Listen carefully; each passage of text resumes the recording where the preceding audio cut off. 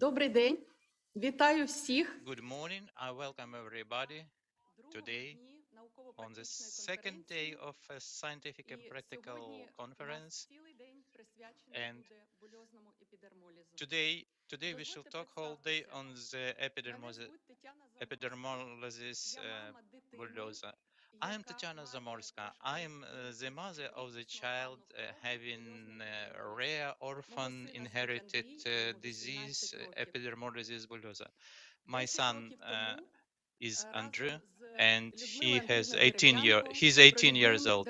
10 years ago, together with Lyudmila Andreevna Derevyanko, the leading dermatologist of Ukraine, who is known in Europe and in the world, we decided to create the public organization to help children with rare skin diseases, among which, and my mission is to help them to help exactly dedicatedly to butterfly children, the children with the most severe epidermolysis bullosa. Yesterday we had the first day of conference dedicated to medical issues. Lyudmila Andreevna Derevyanko facilitated that day. She attracted known dermatologists of the world to participate.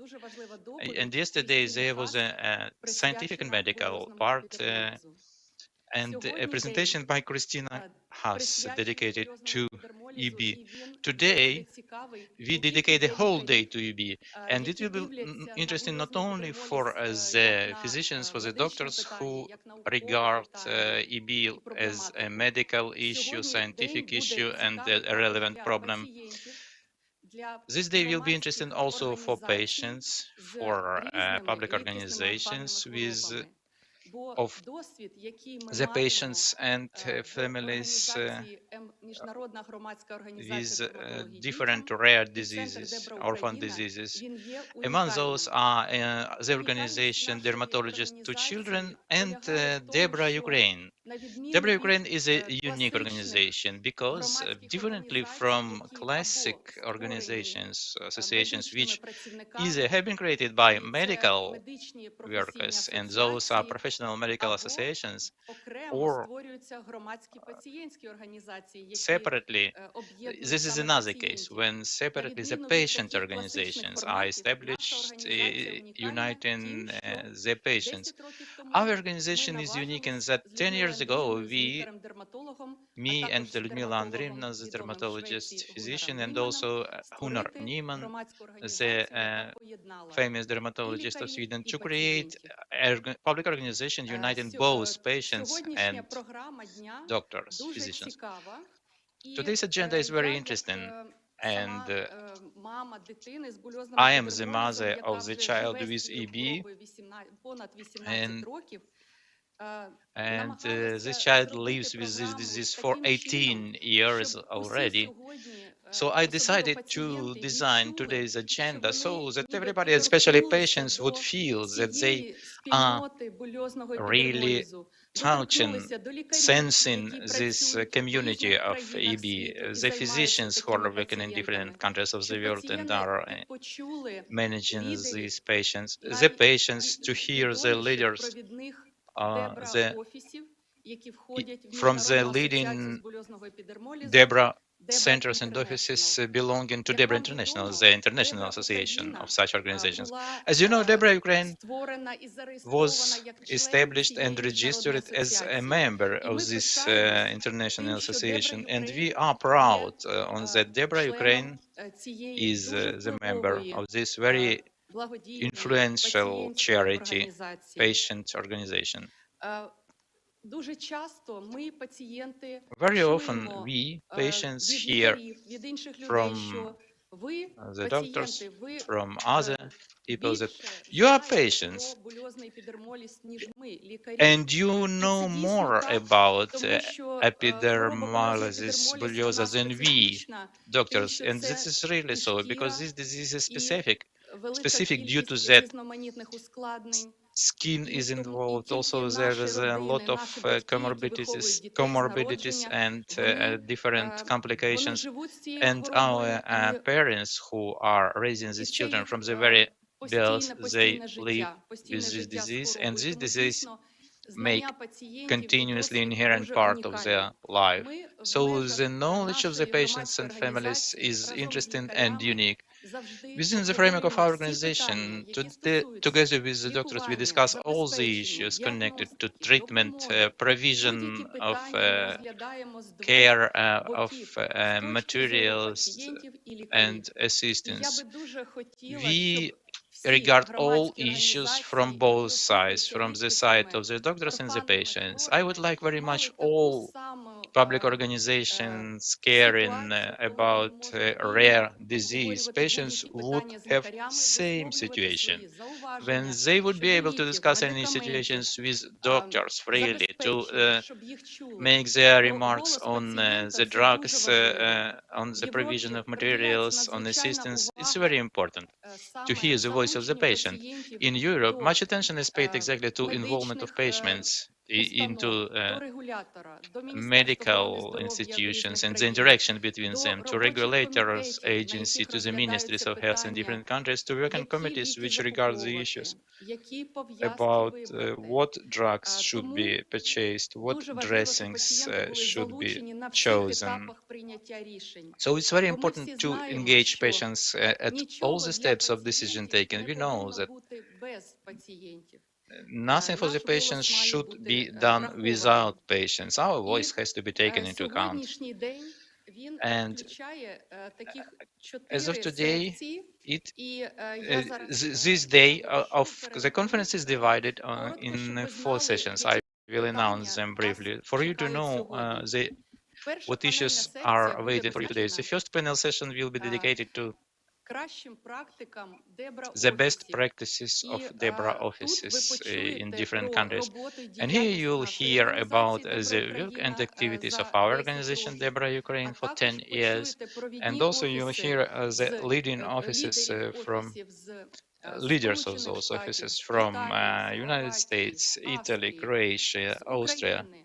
І це буде Ukraine. дуже чудові доповіді, де ви And those почуєте, will be чим живе wonderful світ presentations DEBRA. where you will know and Друга see панельна секція what буде is the присвячена world of DEBRA. менеджменту пацієнтів з The борозним second panel session will be епідермолізом. dedicated to management І of EB patients, це and стосується питань this організації regards надання the issues медичної of допомоги organization of пацієнтам. provision medical Як assistance в to the Україні, patient, так і both in ми будемо Ukraine, and розглядати і чути досвід експертів also we центрів з shall борозного consider and listen епідермолізу to в the Австрії, experience of the centers, Великобританії. of EB centers Ці in країни є existing in провідними, і в Austria них and своя UK. Those are специфіка leading countries організації in медичної допомоги. caring Україні це все дуже about this цікаво, disease, and they особливо в have specific контексті organization реформування of системи охорони care. здоров'я і It's also формування it's отого very interesting for експертного Ukraine in the середовища, context в of якому organization борозний of healthcare епідермоліз має provision and establishment of the зайняти environment своє where місце, EB should має occupy отримати its due визнання нашому place, експертному adequate центру place, Кабінету and борозного епідермолізу в Охмадит. should our І наші expert лікарі мають center for отримати treatment of EB статус in орфанних Ahmadid лікарів, спеціалістів should по get больозному due епідермолізу. recognition, and our Третя doctors секція should буде get the присвячена status of orphan клінічним doctors, питанням, specialists on EB. діагностиці і The проблемам third session якості will be життя dedicated to пацієнтів. clinical issues, Ми diagnostics, розкажемо and the про problems наш of дуже patients' quality of успішний life. We проект shall генетичне tell тестування about пацієнтів our з very больозним successful project епідермолізом в of genetic спеціалізованому testing центрі of EB EB House patients в in the Зальцбургу specialized center в EB House in Австрії. Salzburg in Austria. Четверта панельна секція The буде fourth panel присвячена session will be dedicated to міждисциплінарному підходу та сучасному interdisciplinary, лікуванню multidisciplinary больозного approach in the епідермолізу. modern В цій treatment of секції наші лікарі epidermolysis bullosa. In this українські і section, провідні our Ukrainian іноземні doctors and leading поділяться foreign досвідом doctors will share лікування the пацієнтів з experience of больозним. treatment of EB Ще patients. такою Also, родзинкою сьогоднішньої конференції буде an interesting цікавий point of сателітний today симпозіум, conference will be an який interesting для satellite нас symposium which надає will Smith provide провідна provided компанія, by Smith and яка Nephew, a leading company виробляє which перев'язувальні manufactures засоби, dressings які використовуються, вибачте, для догляду за to be шкірою used та for ранами не тільки caring пацієнтів the з skin больозним and wounds епідермолізом, not а only й of the пацієнтів patients з with іншими EB, рідкісними but also of захворюваннями. the patients Нам with буде other rare дуже цікаво diseases. почути, It will be які є it will be сучасні very interesting to підходи us to до listen догляду about за the ранами і modern шкірами. approaches Впевнена, ви for дізнаєтесь care of багато wounds and нового skin. I'm sure you will know всеукраїнського much симпозіуму. new within the framework of satellite symposium. Наприкінці буде At дуже the end, корисний для пацієнтів there will вебінар be з прав a орфанних webinar пацієнтів. very Ми useful for the приділяємо patients on the увагу rights of orphan patients. питанню We pay attention to адвокації, the issue of тому що advocacy в because Україні, in як і в Ukraine, інших країнах, але в Україні same in other особливо, countries, but especially in коли Ukraine, є when економічні, there are, політичні we have economic, political складності, для turmoils пацієнтів and залишається дуже мало difficulties, уваги в держави, very little коли attention is пацієнти paid мовчать. by Тому the ми state завжди навчаємо to пацієнтів, the пояснюємо patients when інструменти, the patients are silent. пояснюємо That's why законодавство, we educate the щоб вони patients. знали, We які права explain them вони the мають possible і tools. як We їх explain them практично the реалізовувати. legislation for them to know which rights they Тому do have and how they зараз can я implement дуже in хочу practice ще their раз всіх rights. привітати з сьогоднішнім So that's why чудовим I днем. want to welcome everybody Ми once сьогодні more with працюємо в today's студії. great day. З нами We тільки work in the спікери. studio today. We На have жаль, only цього speakers. року, на Unfortunately, відміну від попередніх this років, ми не year, можемо differently зібрати вас from всіх тут, previous наших year, we cannot пацієнтів. gather all of you Вас here, багато. all І зараз of є our ковід, на жаль. patients. Але Unfortunately, we have ми COVID дуже pandemics. ми розуміємо, що ви зараз But we do understand that підключилися, you і ви разом are з in нами в connection онлайні now. You are watching дивитесь і слухаєте. І online ваша підтримка для нас and завжди listening дуже to важлива. us. And І your ми support is always з important нашою for us. командою DEBRA Together with Україна, з our DEBRA командою Ukraine лікарів team, Міжнародної as a громадської team of організації doctors дерматології of дітям, ми International працюємо для Charity вас. Organization Dermatologists Тому for Children, почнемо we наш are перший working день. for you. І So let us я start дуже our first хочу day. And відзначити I спонсорів, want to партнерів цієї also конференції, без announce the яких sponsors неможливо and було б partners of сьогодні this conference, організувати такий without which it would be потужний impossible to масштабний organize today захід. such a І powerful, взагалі всю large-scale цю event and the конференцію whole 1-2 conference червня. І of 1st and 2nd нашими June. партнерами Our виступили такі partners відомі компанії, як are Smith such famous Nephew, company as Skinner Smith Mill, and Nephew, Lohman Skinner Mill, Rauscher, Lohman and компанія B. Rauscher, Brown, B. Brown Uriage, Company, SVR, Uriage, Novartis, SVR, Lege Artis, Novartis, Lege компанії Artis, Nestlé, Nutricia, the companies Advances Nestle, Medical, company і Nutricia, також хочу Advances відзначити Medical. лабораторію And also Сінево, I want яка виступила to не тільки спонсором, а й say була about нашим Synevo професійним Lab благодійником. laboratory, which not only was a Про sponsor, всі but ці also was питання our і professional проекти charity поговоримо сьогодні. organization. And we shall discuss, we shall talk about all these issues and projects today.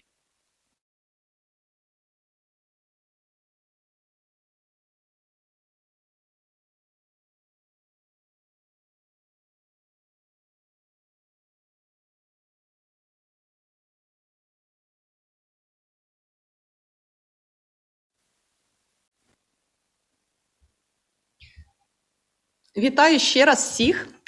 I Моя welcome доповідь everybody. Once more, my presentation will be the first one. It has the name 10 years of advocacy, charity and love to Ukrainian butterfly children, patients with epidermolysis bullosa. Що таке DEBRA Україна What is і DEBRA? DEBRA International відомо Ukraine для and всіх DEBRA пацієнтів з бульозним International, all епідермолізом, patients які with EB входять в know нашу about організацію, it, беруть участь в наших заходах. who make І part of our для organization нас and дуже важливо, participate що in ми our приєдналися events. до DEBRA It's very important International for us that і we have є joined частиною DEBRA великої International and міжнародної we make спільноти. part of a large Для international пацієнтів, community. які For patients who мають інші рідкісні хвороби, на have екрані ви можете прочитати, other чим, rare які diseases, you can питання, read якими in this питаннями slide займається наша організація, ви можете побачити what посилання issues і our прочитати organization більш is in детально. charge of. You Скажу can тільки, go що to the link DEBRA, and сам read more in термін details всі about знають, it. це Everybody knows that це DEBRA means дистрофічна форма бульозного dystrophic епідермолізу, це form дистрофік of епідермолізис EB, бульоза і дослідницька dystrophic асоціація. epidermolysis bullosa, Це and also склало the цей name термін DEBRA. of Але research в organization made реальності the те, що name, я знаю, made the abbreviation відвідуючи DEBRA. конференції But міжнародні, really, I know DEBRA from це international conferences that це DEBRA набагато більше. is much Бо more. DEBRA because Це DEBRA організація, is яка the тісно organization співпрацює з which is лікарями, з науковцями, closely з cooperating дослідниками, with the з doctors, пацієнтами scientists, і виконує researchers, насправді patients, величезну and кількість as a matter завдань. of І fact, серед яких номер один accomplishes завдання more це tasks, знайти many tasks. лікування Task number one among those is булезного to find епідермолізу. Лікування relevant and the best англійською мовою не treatment for трітмент, EB. який Not нам теж treatment in зараз English, потрібен і which необхіден, але we also need лікування treatment, це but cure, meaning тобто cure, the зцілення, якого ми всі definitive бажаємо. treatment, definitive resolution of the disease we all want to have Наша for our patients. місія Our DEBRA mission Україна, Центру of DEBRA підтримки Ukraine, of the пацієнтів з Center for булезним Support of the епідермолізом, Patients with це дві основні. Це EB, адвокація, has two тобто more відстоювання прав main missions. пацієнтів The first на one, всіх advocacy, рівнях meaning державної влади. defending and protecting patients' Адвокація – це робота right з at all levels of бюджетами, state power. чиновниками. Advocacy means working with budgets, with state officials, engaging doctors, so that the law we have, the law 1312 on orphan diseases, where orphan patients and patients with rare orphan disease has their definition. This advocacy means these laws should work in favor of the patients, for the patients to know how should they address to state authorities, how to defend their rights, and how to achieve result. I see the results of advocacy always the concrete ointments, creams, dressings for wounds the patient has in his hands, not on paper, not on the website of the Ministry of Health, but in his own hands, in his family, and can really use them. A second important area of our activity is charity. The charity, in a broad sense, is providing comprehensive support and assistance to the patients with epidermolysis bullosa. Through these 10 years during which we are working, we are continuously improving, and we have started from mailing just humanitarian aid kits, which in 2011 we named DEBRA pharmacy kit or medications kit. We continue to send those kits now, but I'm proud of that there is less need for that to do it from our side, because the state and local budgets take more and more obligations in this direction. But on top of medicines provision, there are many other areas where our help is always needed. And we always listen, we always hear the appeals of the patients every day. We are correcting our activity. We always go where more charity assistance is needed by our patients. 1.5 years I headed the charity fund Orphan Birds, which is caring about patients with rare orphan disease. And the projects for butterfly children are more efficiently realized by us through this charity fund. All this means help to the patients, assistance to the patients. In my presentation, I would like to talk about our 10 years, what we have done, where we moved to. You see what stairs we had every year. When we started our work, we never knew what happens in 5 to 10 years. The only we knew for the sake of whom we are working, for the sake of our children, so that the parents would be sure they have all the necessary to care about their children. We are working and we continue to work so that our patients would have more happy and full-fledged life and would have in the future complete cure. The first step of our activity, conditionally, is the first couple of years, 2 or 3 years of our work. So what did we start off with? So we were looking for patients throughout Ukraine, or they were searching for us. We were spreading the information about epidermolysis bullosa. We created the first DEBRA registry. To say the word registry is kind of too much. We started off from the very simple Excel table with contact data. about the patients. Now this registry contains much more information. It's not yet a complete registry, but we are going to have such a registry. It's part of the reforms of the Ministry of Health, and we are going to have such a registry of rare orphan diseases created. I'm sure our patients with BE will be there, with BE, EB will be there. You know that currently we have about 300 patients. We started off with the first 10. We created a website in the very beginning, DEBRA Ukraine org. We were looking for sponsors because in Ukraine there were no medicinal items, we didn't have any money. So we were approaching everyone that we could communicate. I would like to notice and to mention Alexander Krylov, who had the first charity marathon, and thanks to the money raised, we were able to fund the surgery for one patient, Viktor Dumsky, Vita.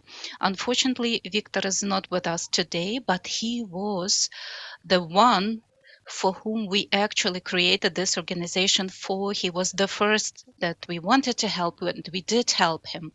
He had a very successful surgery in Austria, and he was happy that he could get such a specialized high-level care in Austria. We were approaching banks, companies. We were supported with OTP Bank, UniCredit Bank, EGP company. Special thanks to that company. This is the company I used to work at for 18 years, out of them 15 years full-time, 24/7. And this company actually provided a lot of support to help DEBRA meetings and raising money, a lot of things. Annual lists and kits that we were sending, medical kits, that's what we were doing. We were cooperating with Salzburg, Austria. I already mentioned the surgery for Vita, and Lina Holub also had surgery in Salzburg, and we also attended the training. These pictures are showing the first years of our activities, our sponsors, and our children. Here you can see OTP Bank, one of the branches in the downtown, with a very big box where people were just donating there and putting their money to. The second step, or phase 2, we paid a lot of attention actually to the treatment of EB and developing a multidisciplinary team. So, and in 2013, and this is a pivotal year as we think, that we created the first office of EB in Ukraine that provides medical care to all patients with EB, to children. Also, it's inpatient and outpatient as well to adults as well. And the Club Levy helped us to do everything for that office, renovation, furnishing, and whatever. We also pay a lot of attention to international cooperation, educational activities. In 2014, we established a public cooperation of orphan diseases in Ukraine, and what we have to do to provide to our patients everything that they need. So you can see how started from scratch in 16. We were able to achieve to be included into the first public health program for procurement, public procurement, and those were the amount of money that we were able to get from the national fund to procure medications and other items to our patients. So this is the activities that we did, monitoring visits, and our partners is Porcelain Clinic. The Center of Osteoporosis provided densitometry measurements to us. We did regional tours, and we did everything that our patient would get, not only medical items and devices, but nutrition. You know that we have our protocols that are confirmed by protocols of Ministry of Health. Also, we have meetings of our butterflies, and the project leader advocacy program and project, and we will talk about that program more later. This is the meeting of a butterfly, for example, 17. This is from the 18. Probably a lot of patients remember that, 2019. So now, over the recent years, we did a genetic project, a very important one. We translated the international guideline on epidermolysis bullosa. I'm showing it to you now, and soon we are going to spread it to give it to different healthcare establishments in Ukraine for everyone to know how correctly and efficiently treat our patients. DEBRA Ukraine cooperates with the orphan diseases of Ukraine, with orphan birds, with orphan patient organizations and communities in Ukraine and the world. And there is a hotline, and the phone is there. This is free of charge. This is for our patient support. Thank you all very much. So the day is just started off, and it's going on. And now we are going to give the floor to the director of DEBRA America and the executive director of DEBRA International, Brett Copeland. Have a nice day.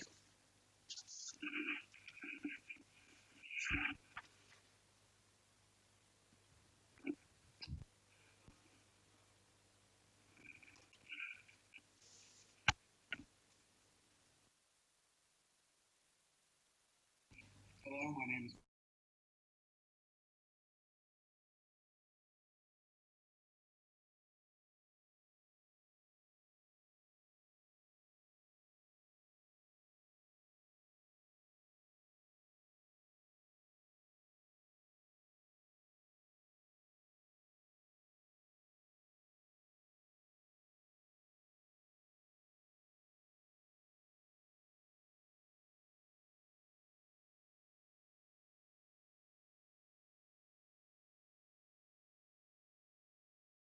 that there's now hope for people with complex rare diseases like EB and other intractable disorders because of the innovation of cell and gene medicine, which I believe will undoubtedly result in disease modifying, symptom relief, and curative therapeutic options.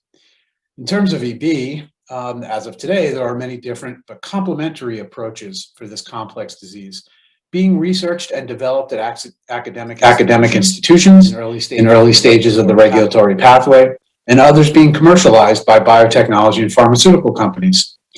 I do want to stress that we're not talking about cures right now. We're talking about different approaches to treating the most prevalent manifestation of this disease. The ability to increase the rate at which chronic wounds and what I'll call chronic recurring wounds heal. So chronic wounds being ones that are over 3 months old, have not healed, and chronic recurring are the type of wounds that do happen and then do heal over and over and eventually will become chronic wounds. So as I said earlier, we're in an exciting time for EB commercialization. There are several companies developing therapies for our population. I do want to stress that there is a difference between the research going on in academic centers and commercialization. Commercialization is basically a company that has come and taken the therapy and with the intent of selling it to the population. So when we're thinking about right now in EB, we are very lucky as a rare disease that we have so many different approaches being investigated. So let me talk about the different approaches to treating the primary manifestation of EB. And I do want to say that it's important to remember that I'm not an employee or a consultant to any of these companies. That gives me some freedom to discuss the therapeutic approaches, but it also limits what I can and will say about the data that has been presented. Anything that I reference is publicly available information. I'm also not going to discuss the specific efficacy measurements or the overall data. I just want to give an overall synopsis of what's currently happening in therapy commercialization. Now, like I said earlier, there are differing but complementary approaches. So what does that mean? Complementary, I believe that in order to best treat this disease, EB, that we're going to need more than one therapy approach at the same time.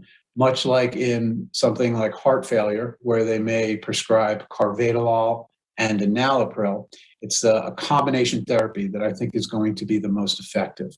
So thinking of that, let's first look at topical approaches. Amrit Pharmaceuticals is a company based in Dublin, Ireland, and they are developing a topically applied therapy to increase the rate of wound healing. They recently presented very, very positive data, phase 3 data. So they have completed the regulatory pathway. It was the largest clinical trial held globally in EB to date. And the data showed that their therapy, this topically applied drug, did in fact help the wound healing process. And it met all statistically significant endpoints. They have currently filed for approval from regulatory bodies like the FDA and I believe the EMA as well. It's my hope that before the end of the year, Amrit's drug will be the first drug approved to treat EB. Like I said, very exciting time. Now, we also have other types of therapy currently being commercialized, gene therapy, cell therapies.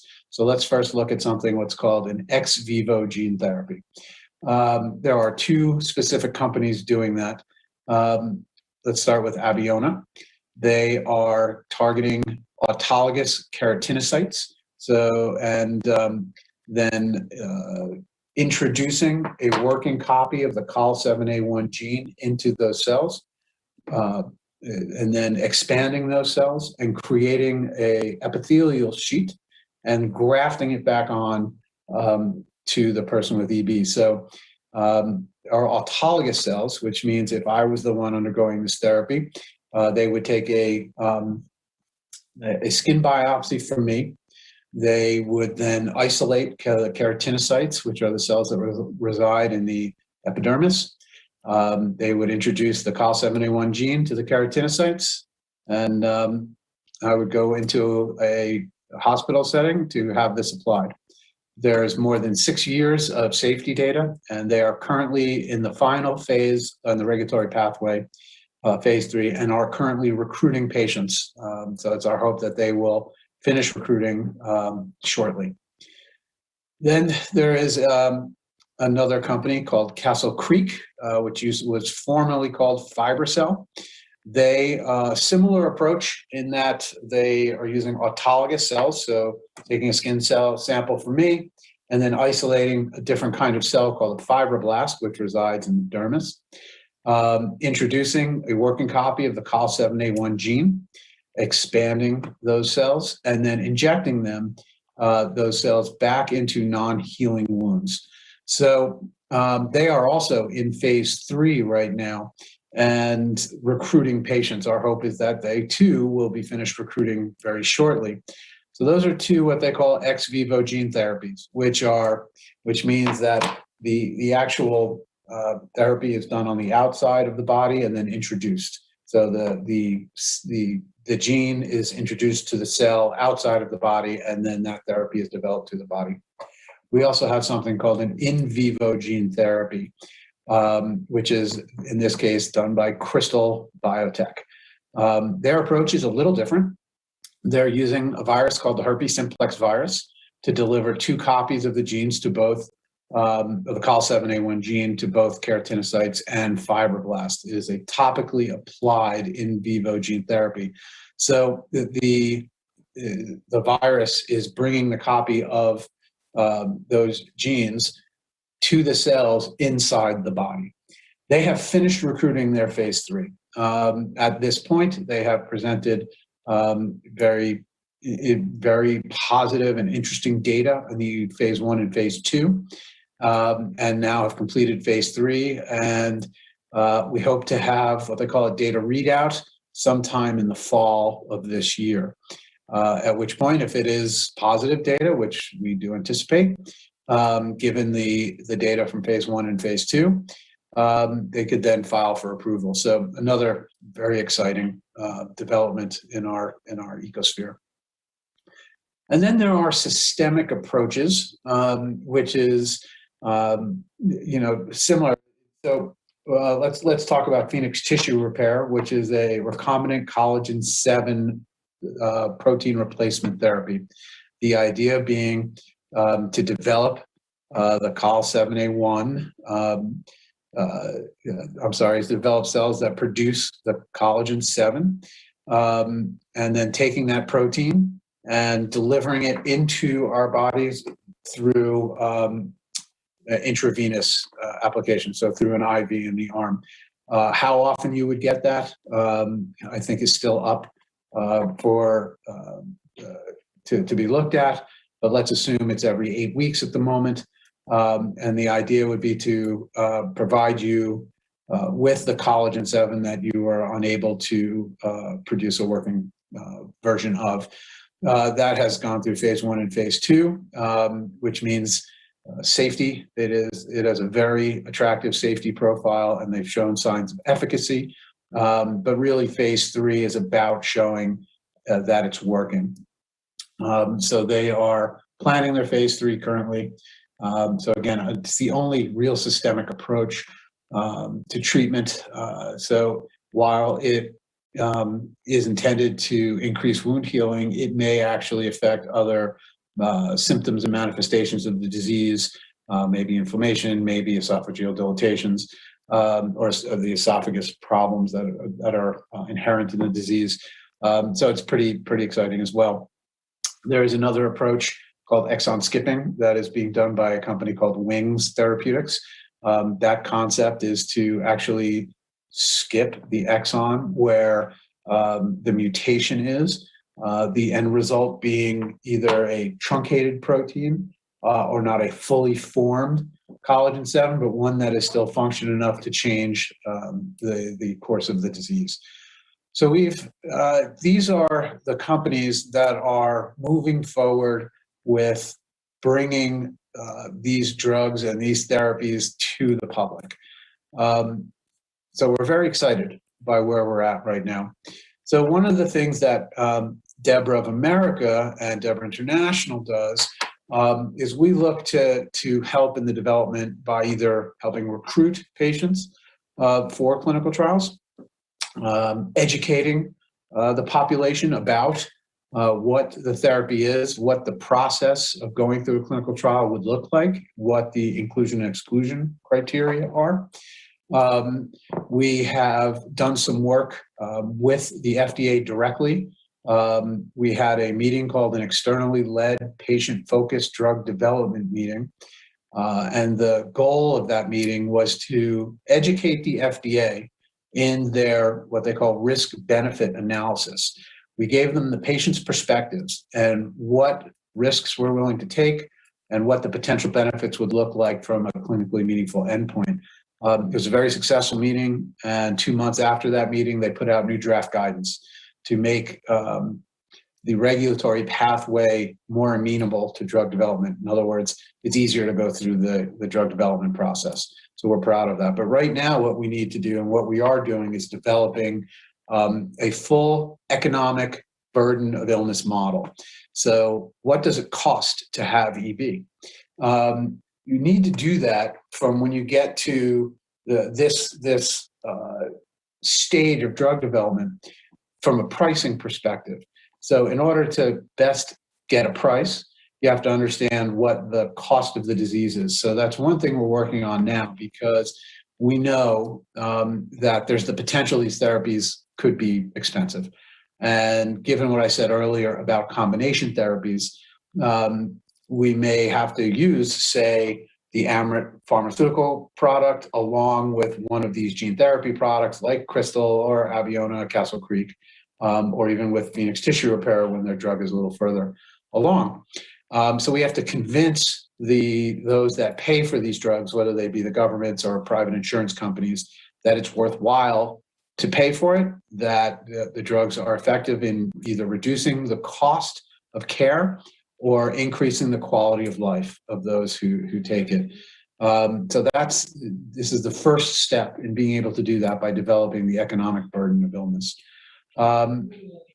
So anyway, I hope that's a quick overview of the commercial aspects of drug development.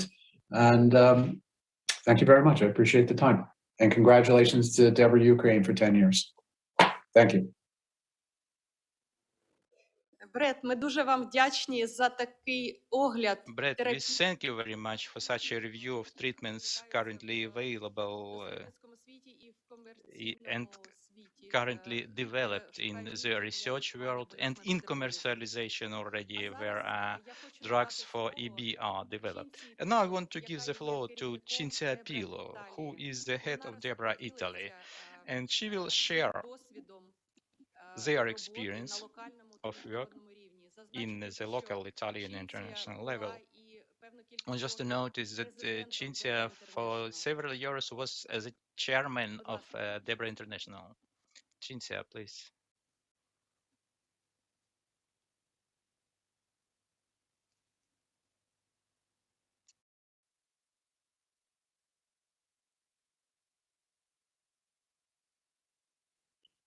Well, thank you to DEBRA Ukraine and all Ukrainian friends. I am Cinzia Pilo. I am the president of DEBRA Italy and Fondazione Reb Onlus, the two most important associations, patient association, working in Italy to fight epidermolysis bullosa. I thank Tatiana, my dear friend. We have in common our experience. We are both mother of a son, boy affected by epidermolysis bullosa. I also have a child. His name is Luca, and he has a recessive dystrophic EB. I also wanted to thank Dr. Ludmila Derevianko for this kind invitation to speak at your conference. First of all, happy birthday to DEBRA Ukraine. I understand this is your 10th anniversary, so congratulations for the long history that you have. And I am a witness of this success because I know Tatiana since many years. DEBRA Italy has a long history. It is more than 30 years that has been working side by side with the patients and of butterfly children and all the people affected with EB to improve the quality of life of all people suffering of EB in Italy. There are many activities that we have done in the past, and we are collaborating also very strongly together with clinicians and researchers, not only in Italy, but also all over the world. One of the most important things that we have done in the past, for example, is making sure that Italy had a good multidisciplinary center to look after all the needs of all the people suffering from EB. And in Italy, in fact, now we have 3 very big and very important centers dealing with EB, one in Milan, one in Rome, and one in Bari. So they are located in 3 different areas of the country. You know that Italy is quite long. So this way we are able to support all the patients living in different areas of the country. Speaking about a more recent project, I would like to mention 3 main activities that we have delivered recently. First of all, one refers to the recent pandemic. We all in the world have been touched by COVID. This is a problem that everybody knows very well. And the vaccination against COVID is another problem that everybody had. In Italy, we have been the main promoter of a fight to make sure that all the people affected by the rare condition of epidermolysis bullosa and the caregivers also looking after those children could be vaccinated as the first A cluster of people who were entitled. So we have done kind of, yes, our battle with the Ministry of Health, and at the end we got this approved. So after this request, people affected by epidermolysis bullosa and their caregiver can be vaccinated immediately. So this is something that happened back at the end of February, beginning of March. And so since then, everybody interested by EB could be vaccinated, just requesting the vaccination. So this is an important battle that you won very recently. There are then two other projects that I wanted to mention because they are quite important everywhere, and they probably can also contribute to EB, to the knowledge of EB, not only in Italy but also outside of our country. The first one is the project about the registry. And the second one is a recent study on quality of life that we have just studied. So in relation to the registry, this is something that I always believed a lot in. I've been lucky to have been in the past, in 2015, the president of DEBRA International. During my presidency, I had the chance to speak to all the organizations of EB in the world, all the most important researchers and clinicians and the centers everywhere in the world. And it has been very clear to me that one of the most important gaps we have in EB is the lack of data, lack of information, and the lack of connection among researchers and clinicians to speak all together, collaborating everywhere in the world to share the knowledge, to share expertise, and to make sure that this way we are removing obstacles to research and making anything that is possible to accelerate research for our children. So coming from this thing, I immediately understood that having a registry of the condition was a key condition to start working also on research. And so I promoted during that period the international registry. There is still work ongoing on the international registry, but before having an international registry, there is a prerequisite that each country has its own registry. So what we started doing immediately after in Italy has been to build our Italian national EB registry. And to do that, I also created a new association. A new association actually is a foundation. It's called REB, and REB is the acronym from Epidermolysis Bullosa Registry, but also Epidermolysis Bullosa Research. And now this is a reality. So we have built the registry, which is a complex cloud-based tool, is a digital tool that has been built together with all the clinicians. This is something that it's a registry where we have asked for the collaboration of the different clinical centers in Italy, and we are collecting all of them. Now there is an agreement with all of them that they are collaborating. So it works in this way. Every time that a patient goes into an hospital, an EB center, the clinicians ask for their consensus, of course, because everything is GDPR compliant. So they ask for their consensus, and they visit the patient, and after that they input all the data about this patient into the registry. And this is done every time the patient goes to a visit, and also by all the other centers in Italy. This way, it's quite possible to put together all the aggregated and anonymized information about all the patients in Italy, and we are building a very precious and important instrument to have a lot of information about the situation of EB patient in Italy, but we are also building a natural history of the condition, and this is quite important. I think this is a unique experience in the world, possibly the best registry now existing about epidermolysis bullosa. And in fact, we have been reached by the most important EB patient association in the world to understand, because they wanted to understand what we were doing.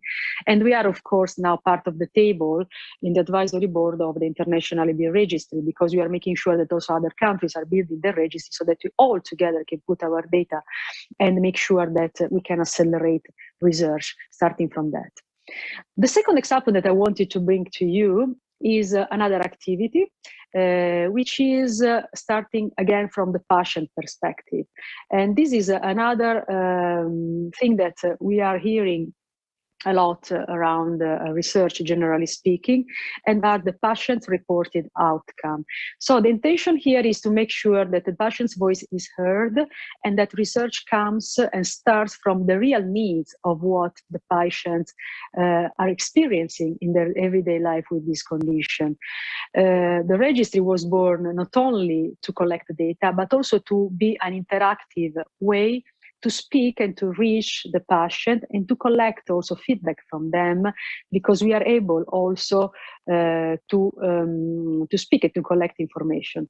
Each patient has its own page So they can see, they can access with their ID and password into this registry, and they can see only their own information, of course, but there is also a way to interact with them.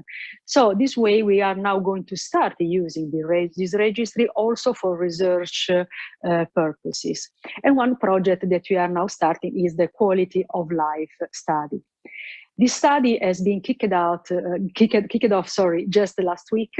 We had a meeting. We have built a panel of mainly formed by patients and caregivers only. Then there are also 2 clinicians involved and 1 coordinator and 1 statistician. So as you can see, the most part of the people involved, so 7 people out of 11 are patients or caregivers. The objective is to build the first questionnaire of EB that has been built by patients. So understanding what are the patients' needs, what are the problems, and how they see the condition and their lives. And so trying to understand what can be done to improve their lives. This project has just started, and we are expecting this to be a quite long one. We are possibly aiming to complete this next year, so in 2022. And after that, of course, there will be a publication and all the results will be shared with the world and all the big community. So I really hope to be able to have something more to say about this next year at one EB conference. I think this is all that I wanted to say for the time being about what's happening, the most important things happening in Italy at the moment. And I thank you again for inviting me. I wish all the big patients and all the big community in Ukraine all the best. And we are very close friends, and we are all united by this common destiny. And I really hope to have the chance to meet you in person as soon as possible. Ciao.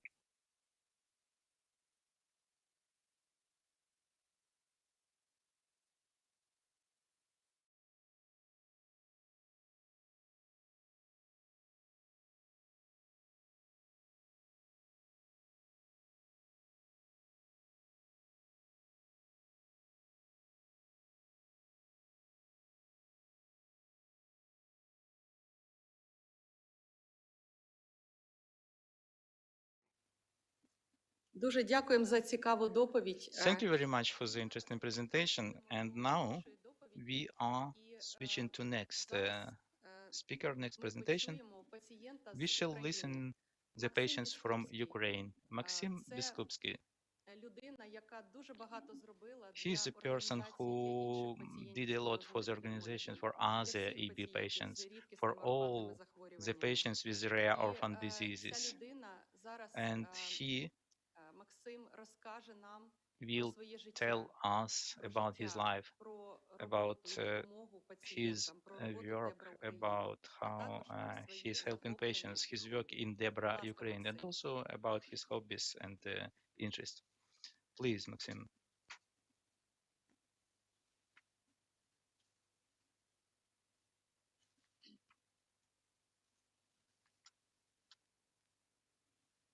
Вітаю усіх учасників конференції. I welcome all the participants of the conference. My name is Maxim Biskupsky. Мені 23 роки. У мене I був am епідермоїд. 23 years old. I have EB.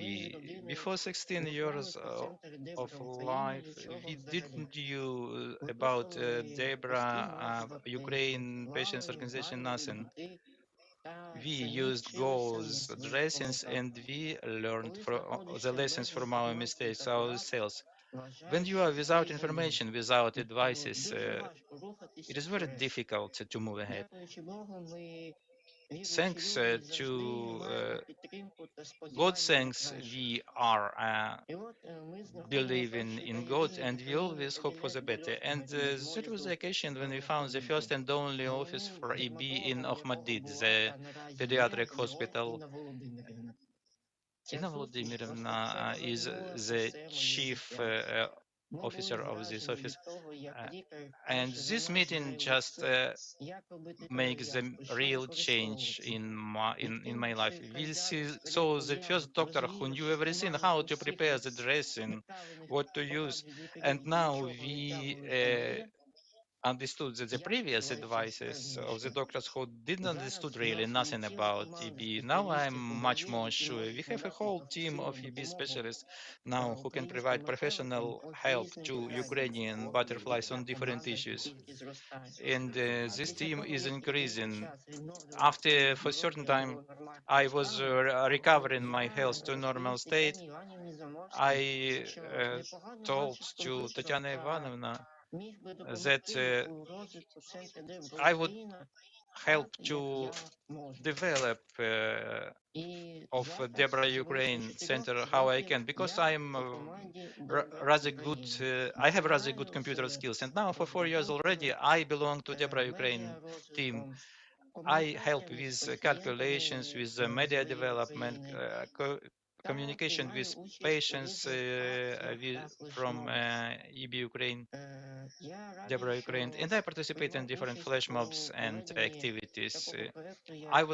I'm happy that I was participating in organization of online webinars for patients and doctors interaction in Ukraine, because disseminating the correct and modern information on EB, we are saving the lives of current and future butterfly children.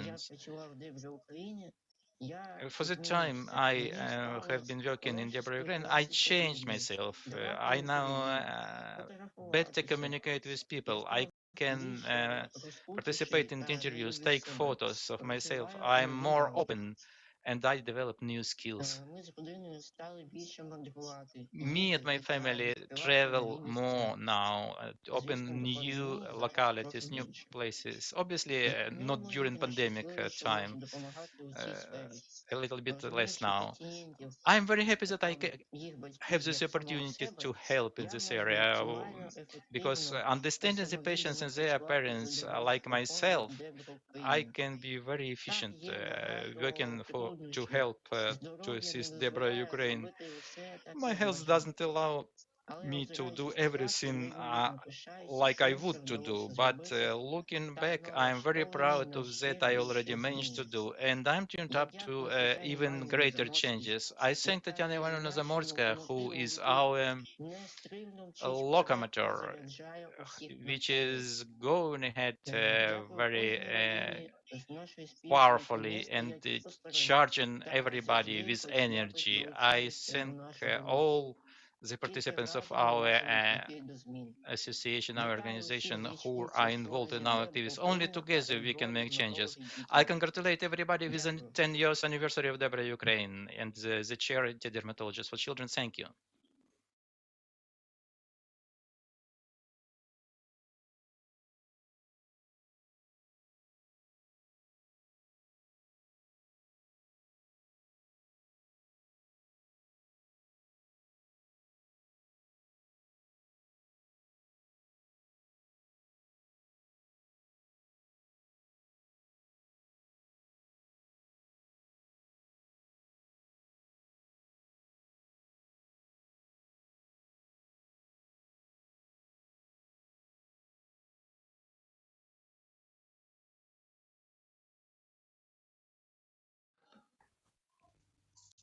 Дуже дякую Максиму. Було цікаво почути його окремі історії пацієнтів. Це саме те, що близьке для всіх.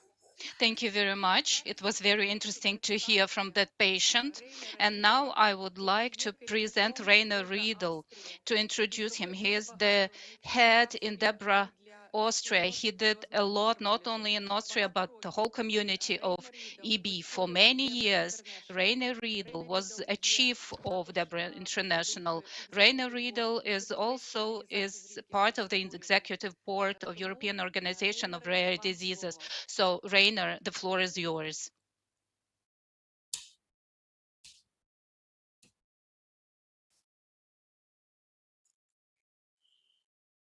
Good. Can I start? First of all, I'd like to thank the organizers and especially Tatiana for inviting me to speak at the conference. And secondly, I would like to apologize because, stupid me, I didn't realize that there is a time difference between Austria and the Ukraine. So I'm sorry, I should have spoken 3/4 of an hour ago. I would like to speak from the perspective of patients, and especially about one project we started a couple of years ago. I would like to present the project, but first I think it's very important to say that especially in a rare disease like epidermolysis bullosa, it is very important to put the patient in the center. Why? The patient and the family around the patient normally knows much more than clinicians, than doctors about the disease. Maybe not. Yes, this is Tatiana. So will Vlasta connect? So it's very important Kyiv time. To have in all the activities the patient in the middle and to talk to the patient, and from a clinician's point and doctor's point of view to really listen to the patient. First of all, I just wanted to take a couple of minutes just to introduce you DEBRA Austria, the patient organization, because this is the reason why I am here. I'm here because I have a daughter, Lena. She will speak a little bit later and share with you her experience with a life with EB. She was born in 1993 with a severe form of RDEB. And at that time, back in the early 90s, there was no information whatsoever. We had no experts in Austria. There was no therapy. The first thing is we looked up the disease in the dictionary, in the medical dictionaries, and found out what a disease it was. We went. I was born and I'm living in Vienna, and we went to the central hospital here in Vienna, and we very quickly realized that yes, people have heard of the disease. The doctors at the Department of Dermatology know the disease, but we very soon found out they had no experience at all as how the disease will develop, what it will mean. They couldn't even tell us if Lena will ever be able to walk and do the normal things of life. So after a couple of months where we investigated, where we tried to contact other doctors or find other families, we found one doctor in Salzburg, which is in the middle of Austria, by the name of Helmut Hintner. He was the department head of the Department of Dermatology at the General Hospital in Salzburg. And the map just should show where we are located. Austria, we are in the middle of Europe. And in the middle of Austria, you have the city of Salzburg, which is well known for its Salzburg Festival. And here we have a nice hospital. And this doctor was not only familiar with the disease, he took care of a couple of families, but he was also a nice person. And this is very important, that you not only have the impression that you are a patient, but that you are a human being. So the people around him welcomed us when we came from Vienna. It took 3 hours to go from Vienna to Salzburg, and it was not normal that you are welcome, that people are nice to you, that they really take the time, look at the wounds, explain what they know about the disease and all these kind of things. So a year after we met Professor Helmut Hintner, we decided to found our DEBRA Austria in Salzburg.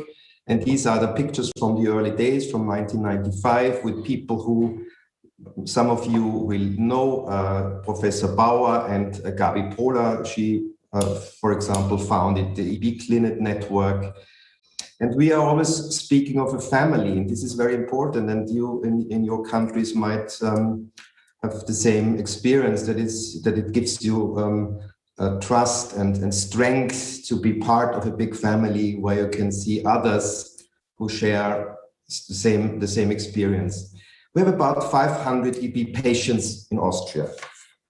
So on the one hand, this is a small number. On the other hand, we all know that EB is really a very severe thing, which is not only a burden to the patient, but also to his family and to the network in which people are living. Yeah, so the next thing I would like to introduce you to the EB house. And it started with a very small idea and with a project which was very huge in the early days. But I think we can really say that now it's become an institution. Back in 2002, we started to plan our house. So the idea was, what can we do here in Austria as to improve the life quality, as to really help our patients? And the idea was to build a clinic. And you can see here early pictures. We found an architect who worked for free for us. And he sent us these pictures and sent us a floor plan, because we really wanted to have the best care, and not only care, but also do research and do clinical studies and do training for doctors, and but not only for doctors, also families. So we came up with the idea, and this was the early team in the hospital. Again, Professor Hintner and Professor Bauer. And then we realized, okay, if we want to build such a thing, it costs a lot of money. It will cost 1.7 million euro just to build the house and to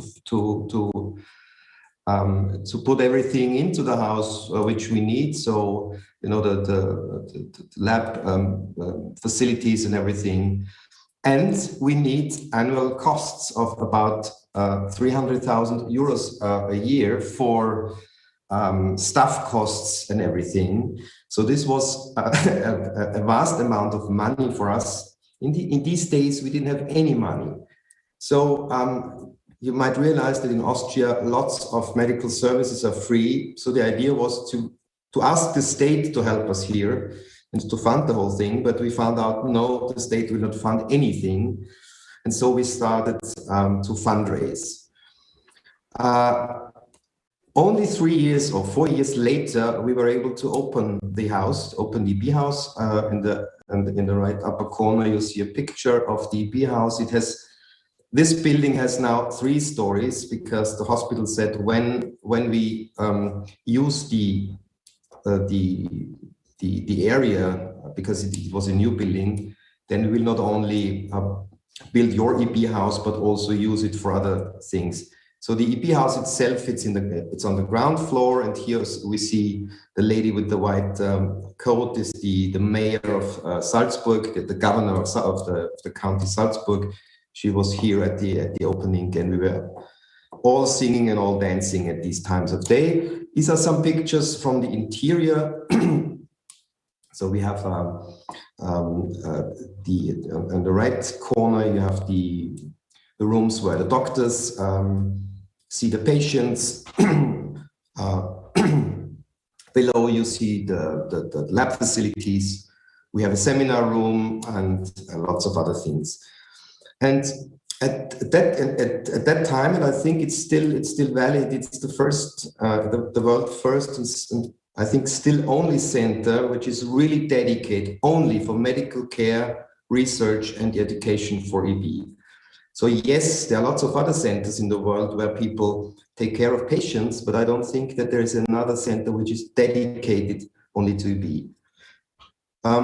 How did we get there? And how did we start? In the beginning, just to give you 2 numbers, in the beginning we had around 5 people working in the EB house. This was our first doctor, Dr. Anja Diem, she's still there. And we had 1 nurse, and then I think we had a person doing the first research project, and I think we had a secretary. So I think we started with around 4 people, and now to date we have around 50 people working in the EB house. So everything is increasing a lot, and of course the annual costs raise from around 300,000 to well over 2 million. For staff costs and consumables in the lab and all these things. This was only possible to raise the money to, first of all, open the house, but also to maintain it to date with the things you might have realized. We did all these advertising campaigns over the years. And by the way, this is the most successful advertising campaign in Austria. So not only for the non-profit area, but for all areas. This helped us a lot to spread the word so that people, possible donors, know that there is a problem out there.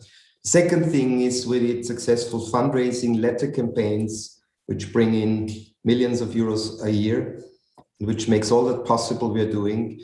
And last but not least, we did really hundreds of charity events over all these years, and we are still doing that. So this put us in a situation to fund the EB house, to fund the building in the first place, but also to maintain the staff costs and to do lots of other things.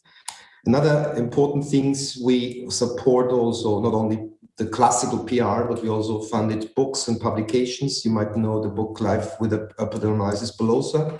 It was also translated into Russian, and we did a book on physical therapy and lots of other things. To date, we have, I don't want to talk too much about the EB house itself, because there will be another presentation by Dr. Katarina Ude-Schoder, who will present especially the outpatient units, but the other areas.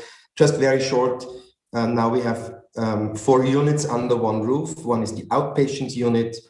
The second one is the research unit. In this research unit, we have about 30 scientists who are working in different fields. It's mainly, at the moment, mainly academic research, but we hope that the results coming out of the academic research will go into industry and will go into clinic in the next couple of years. We have gene therapy, stem cell therapies, we work on cancer therapies, on wound healing questions, and lots of other things. Then we have an academy where we train, professionals, but also families. And this is the youngest unit, it's the clinical trial center. At the moment, I think we have not so much COVID because of COVID, but in the good days, we had about 7 to 10 clinical studies running in parallel. Yeah, and a very nice thing.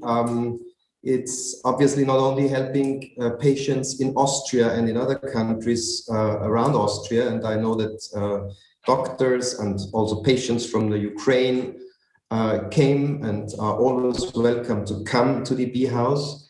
But the EB house received last year a so-called Black Pearl Award, the Black Pearl Award for holistic care. So EURODIS, the European umbrella organization for rare diseases, realized that there is a really good center, and we received this very nice prize. And here is the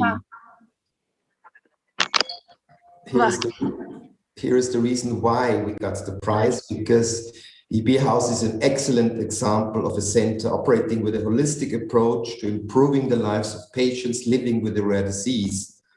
From treating patients with the latest therapies to education, clinicians and researching potential treatments for the years to come. The EB House is a shining example of the benefits of holistic care, and we therefore believe it to be a truly deserving recipient of the first ever EURODIS Holistic Care Award, particularly in the years of the EB House. So you see, we had 2 anniversaries last year, the 15th anniversary of the EB House and the 25th of DEBRA Austria. So this made us very proud. To finish up my talk, I just wanted to point out 2 things. First of all, we started a network of clinicians, which is called EB Clinet. And you will find out more on the website of EB Clinet. The idea is to bring together all clinicians and all clinical centers who do anything in patient care around the world. And I don't have the latest numbers, but I think we have well over 100 partners in, I think, 90 countries around the globe who are partners here. It's very easy to become a partner. You only have to fill in a questionnaire. We need the questionnaire in order to know what kinds of services an expert or an EB center offers to patients. And it's very helpful. And every second year, there's a conference where clinicians meet and share their experiences. The idea, one of the ideas, I mean, there are lots of ideas behind the clinic network, but one of the ideas is when there is a therapy available, then it would be good to really be very fast to communicate this to this network and to be able to start clinical trials and all these kinds of things. Another thing is we started a research network. This is a network of DEBRA groups, but also patient groups from the EB field who do research funding. And again, this is a network we started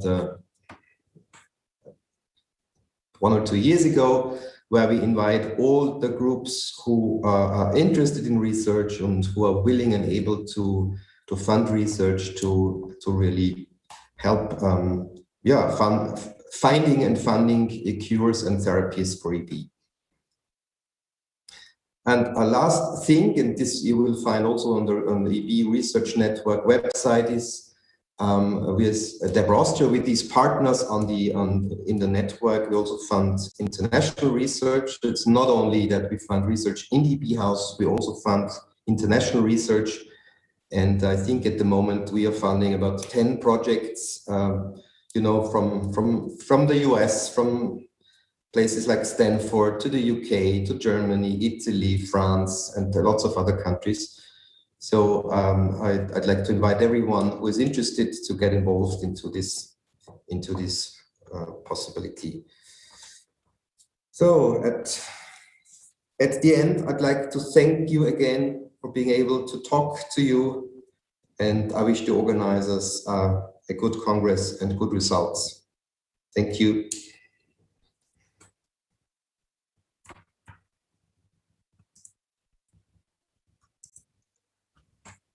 Rainer, thank you very much. We are very grateful to you. When you say 15 years of EB House and 25 DEBRA Austria, so we say in such cases, so we bow in front of you. We take our hats off our heads. That's incredible. I would like to address all the patients in Ukraine and tell you, just think for a moment. You are a father or mother of an EB child. Would you be able to do what Rainer was able to do for Austria, in Austria, for the whole world, not only for Austria, for DEBRA International, not only for charity, but also for research, for provision of this holistic, comprehensive holistic care with regards to caring for patients. Thank you very much for this incredible speech that has to be an example for everyone, not only in Ukraine. Thank you very much.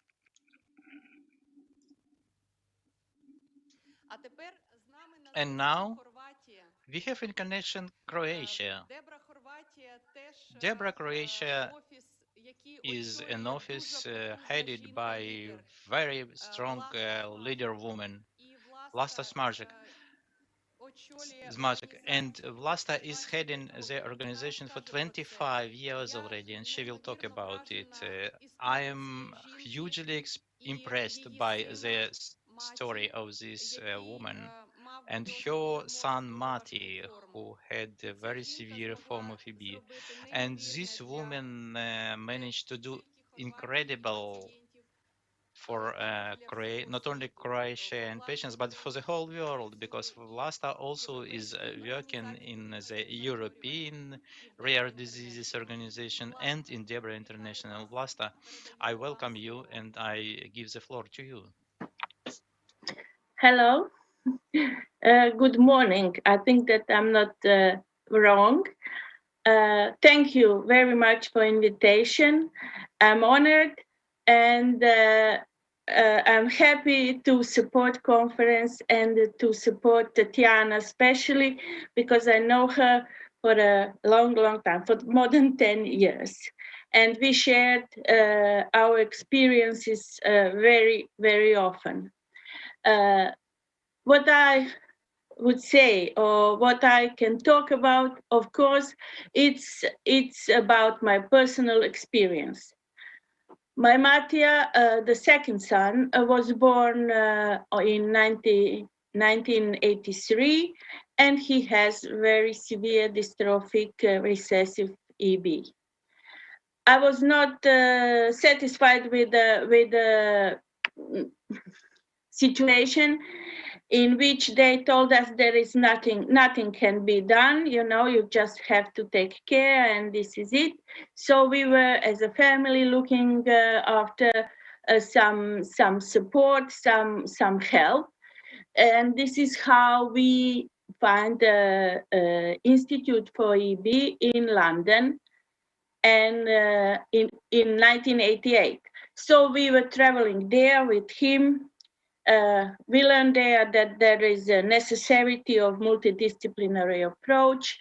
We learned there that there is a DEBRA patient organization who gathered actually at one place all experiences what doctors and what parents have, because we have to say, and we know that for rare diseases, there are parents who knows the best because they live 24 hours with a disease, with its child. So this is how DEBRA actually start in 1996. When I invite a team of doctors with a surgeon, Mr. Brian Mayu, to come to Zagreb to operate on hands for my Mattia. And this is how collaboration with the team from London started in Zagreb in a children's hospital. Also, we had a dermatology ward at Clinical Hospital Zagreb. So this collaboration with hospitals and with the team from abroad started in 1996. Not to talk, otherwise I will talk 3 hours, all details, but I want just to pass through the history of DEBRA. In 1996, we founded DEBRA. Mattia at that time has 13 years. He was 13 years old, and he actually started to be involved in all appearances, I would say, and all effort what I did to just support families and to educate specialists about EB. First, what we organized in 2001 was the DEBRA International Congress in Cavtat, which was very good and very interesting for our specialists. Then between 2006 and 2020, what we started to organize was kind of rare resource center. Actually, this was not learned from somebody. We were just organizing support we found, by the way, that families need. And in 2018, actually, I realized that when I was a member of InnoCare project, and the results were rare resource centers, I realized that this is what we were doing, but we were doing just for one disease, not for all rare diseases. Sorry. In the meantime, of course, there was a center in Zagreb. We were support for other neighboring countries behind Croatia, and even for refugees, family from Syria, as I have on a photo. all that, what I did actually was I was able to do with the support of DEBRA UK. After that, DEBRA Europe, and then in 2008, DEBRA International was founded. I was all the time a member of EB Without Borders, a group, as you can see on a photo, smaller photo. We are a group of ladies who were in charge for different regions on the world to support DEBRA groups, to support organizing DEBRA groups or teams who will then follow families and support families. DEBRA International, as Rainer told you about EB Clinic, so there is no necessity to talk about Clinic. Today, DEBRA International, as you know, has more than 50 groups. Next, please. I was, Tatiana asked me how I combine Matthias' work. Matthias was very active in DEBRA, always talking about EB and about the life, not complaining, just wanted to say that there is a life, not just EB. And actually the biggest public awareness we got when Mattia appeared in newspapers, when the doctors came from London, and this is how everyone actually knew at that time that there is something like this existing, and that there are rare diseases with problems, common problems, different diseases, but common problems. Next. So when Mattia was older and older, Mattia was invited also to participate at international conferences. So he was in Salzburg talking, in Marbella in 2012 when we had a research conference. He was as a patient representative. And on this small photo, I would like to tell you about this. He's sitting behind the photo of Professor Edie. He was the one, actually, Professor Edie. He was the one who was with Mattia and who was kind of a doctor who was taking care about Mattia since his first 3 years old when we went to London. And we were very proud in Marbella when Professor Edie asked him, how come that he is in such a good condition, in such a good shape? Next, please. This is it. And of course, in the office, Mattia was actually working. He was a kind of a link with our members. And it's always, as you know, it's easier, much easier for our members to talk with someone who has the similar problems, the same problems, than to talk with us who are working there. Tatiana was our guest, and she learned there how we organize our support for families. And Mattia was also a panelist at the New Zealand conference.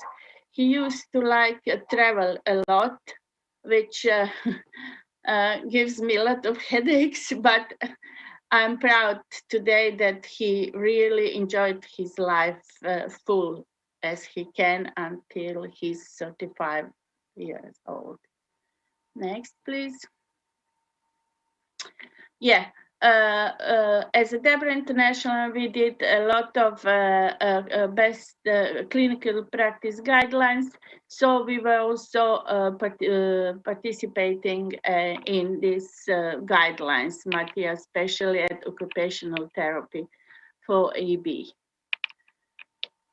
And he was always ready to share his experiences with the others. Please, next. This is these are photos in our apartment, what we have for parents, because the center is in Zagreb, and everyone should come at least once a year to Zagreb for checkup, for treatments and that. So we have a free apartment for them. And this was also a very good opportunity for socializing, for getting together just youngsters without sometimes without parents, just them to have fun and to have meetings. And I think that's the greatest what we did for their socializing. Next, please. And this is it, probably. This is it. Yeah. We didn't, I'm sorry that we didn't invest in research because we were focusing just on better living, better way of coping with the disease for families, supporting families for coping with disease, for learning how to live and have a life with EB. Thank you very much. Next, what we are doing in DEBRA, that you will heard from Matea, our nurse. We are very proud because she's the I would say the main I don't know the word in English, but the main the basic of our work. Thank you. Я дуже рада вас бачити, чути. І я неймовірно вражена вашою історією, вашого I'm very життя. happy to see and to listen to you. I am hugely impressed by the story of your life, the life of Matia. I'm also a mother of EB's sick child, and I just bore to you. My son also has severe EB form, and differently from Matia, my son is very closed. He's not communicating. He doesn't want to talk to anybody. And Matia, he's a very open person. He was open for everybody. He was communicating a lot. He was talking about his way of life with EB. And his point of view to epidermolysis bullosa was different from the official, from the classical, traditional one point of medicine. But in his life, it worked, his different perspective. And I know that many patients develop their own style of life or way of life. So it is big honor for me to know you and to know Matya. And I'm very, very grateful to both of you. And I'm very happy that I had an opportunity to visit you in Zagreb, to communicate with you, with Matija. We spent some time together. And in my memory, he further remains like was very active. He was driving, notwithstanding the contractures. He's a wonderful car driver. He was participating in the conferences. He was traveling. He did a lot of incredible things. I would like to wish all the patients to take his experience and to follow him, to take an example from him, how a person can realize himself notwithstanding all the difficulties, all the severity of the disease, and for his contribution to the community. And that is how it may influence positively for the whole world's system, for the whole community of EB patients in the world. Thank you very much. Thank you. What I can add, just maybe Я хотіла б лише додати. It was easy for us as a family because I have a just 1.5-year-old son. He was healthy, and we raised them the same. We didn't do any differences. So maybe this was Marco, his brother, was big support for him also, an inspiration probably. Thank you.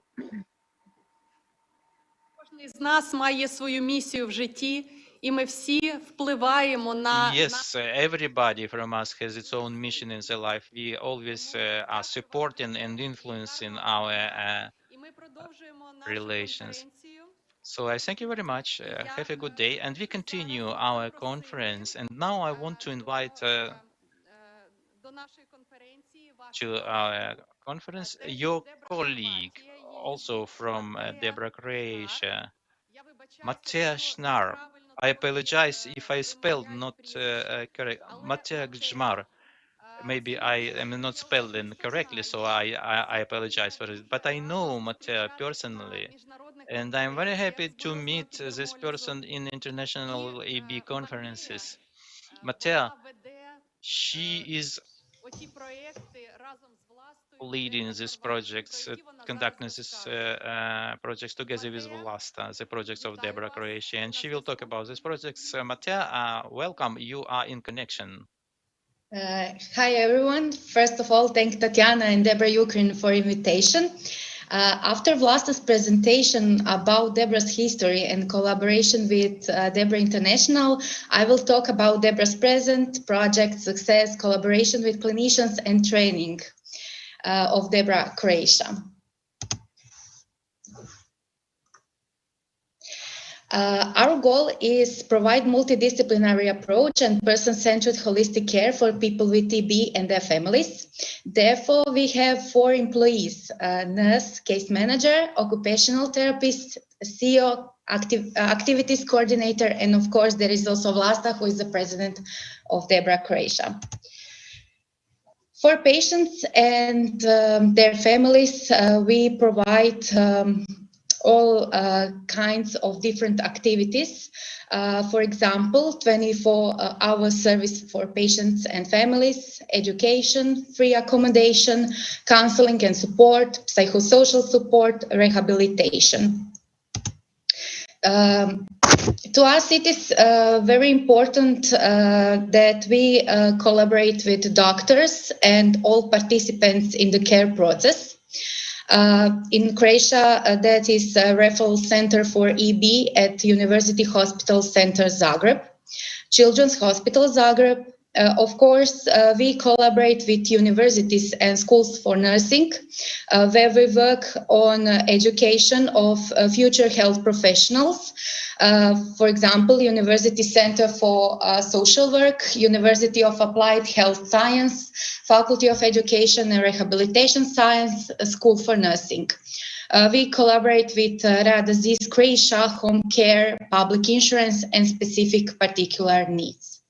To us, it is important that we have educated health professionals because EB is a rare diagnosis, and we have patients all over the country since DEBRA's office and expert team acts only in capital city of Zagreb.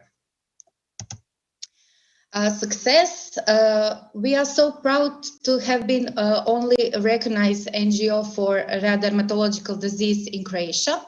It is our pleasure when we can provide various activities for patients and families that form on complete unit in care. We are proud to function as a one-stop shop to facilitate and support integrated care, social and health care for people with EB, to provide multidisciplinary and integrated holistic care.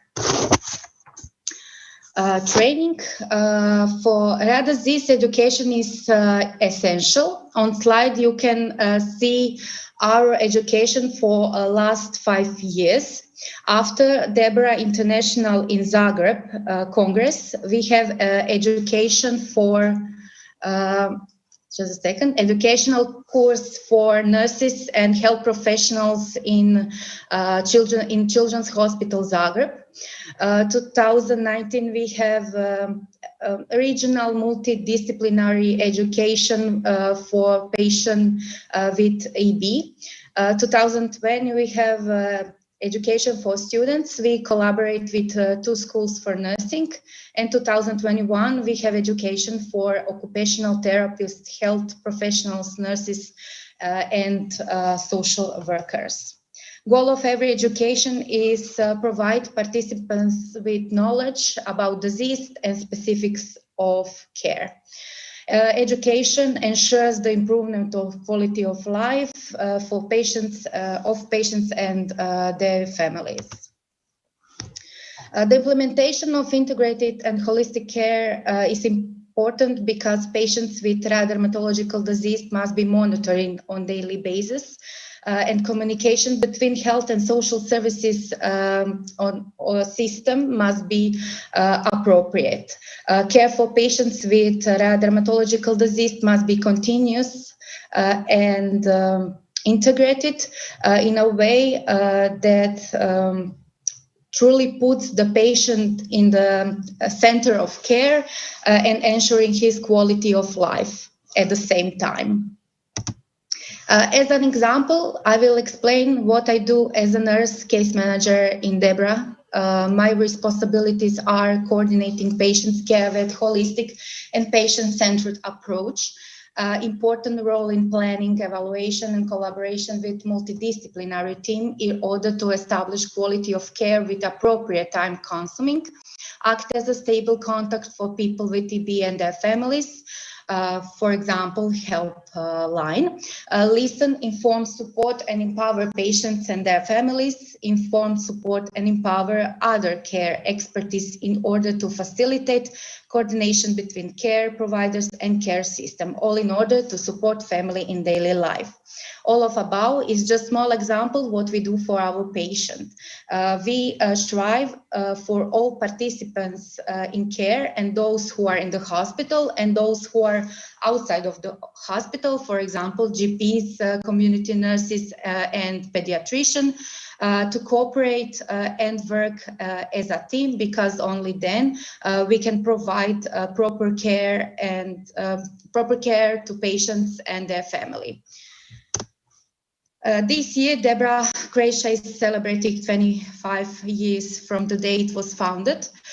We try to provide as many activities for patients as possible every day, but above all, we strive to listen their needs and help with difficulties that arise in every day. Thank you for attention.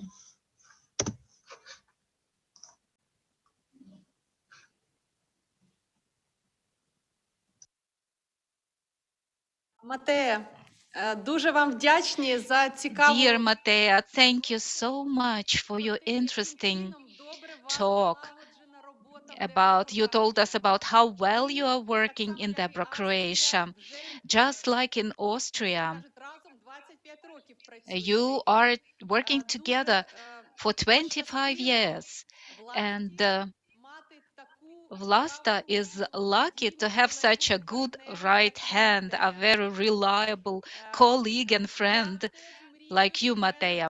I am dreaming to have such colleagues who will always be by my side, who will always help me. Patients help me in Ukraine very much, but I would be very much happy if a person like you could work with me together in Ukraine. Your approach is very systemic, holistic. You mentioned very correctly that for epidemiologists, bulosa, holistic integrated care is needed. That's very much true. In Ukraine, we will still have to educate, to explain that this is necessary and how to do that. You are very lucky that you already have that. Also, I've been to your place and you welcomed me very much in your office in DEBRA Croatia. You have a wonderful office. I remember the training room, and it's a pleasure always to come there. And I am very much sure that patients like coming there. You are very hospitable. I remember butterflies and arts and how you receive patients who need nursing care. So you do absolutely everything that really needs to be available to patients in order for them to feel very much sure, confident, and regardless of their disease, they could receive all necessary information, knowledge, and care. So thank you very much for your talk and wish you the very best day. Thank you. Goodbye.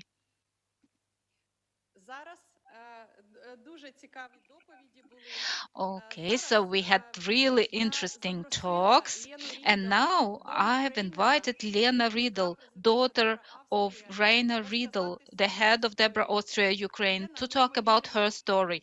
Lena is incredible. I know Lena personally. Lena is a very open person. She is wonderful character, wonderful person. She will better talk about and tell us about herself, about her life. So we are giving the floor to Lena. Yeah, Lena, you are welcome. Thank you so much for inviting me and for having me. It's a great pleasure.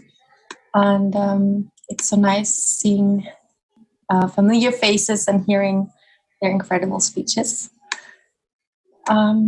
I'm very nervous, so I hope you can't notice. Yeah, I will start my presentation now. Waking up, not knowing what will happen, that is part of life. You never know what will be at the end of the day. But waking up knowing that you might come home after a long day and having new wounds and new blisters, not being able to walk any further, that is something most people cannot imagine. But for someone living with epidermolysis bullosa, EB, or also known as butterfly children, this is everyday life. It is about always thinking a few steps ahead, thinking about what you can and cannot do, and having to accept limitations and learning to listen to your body. My name is Lena. I'm 27 years old and I live with EB.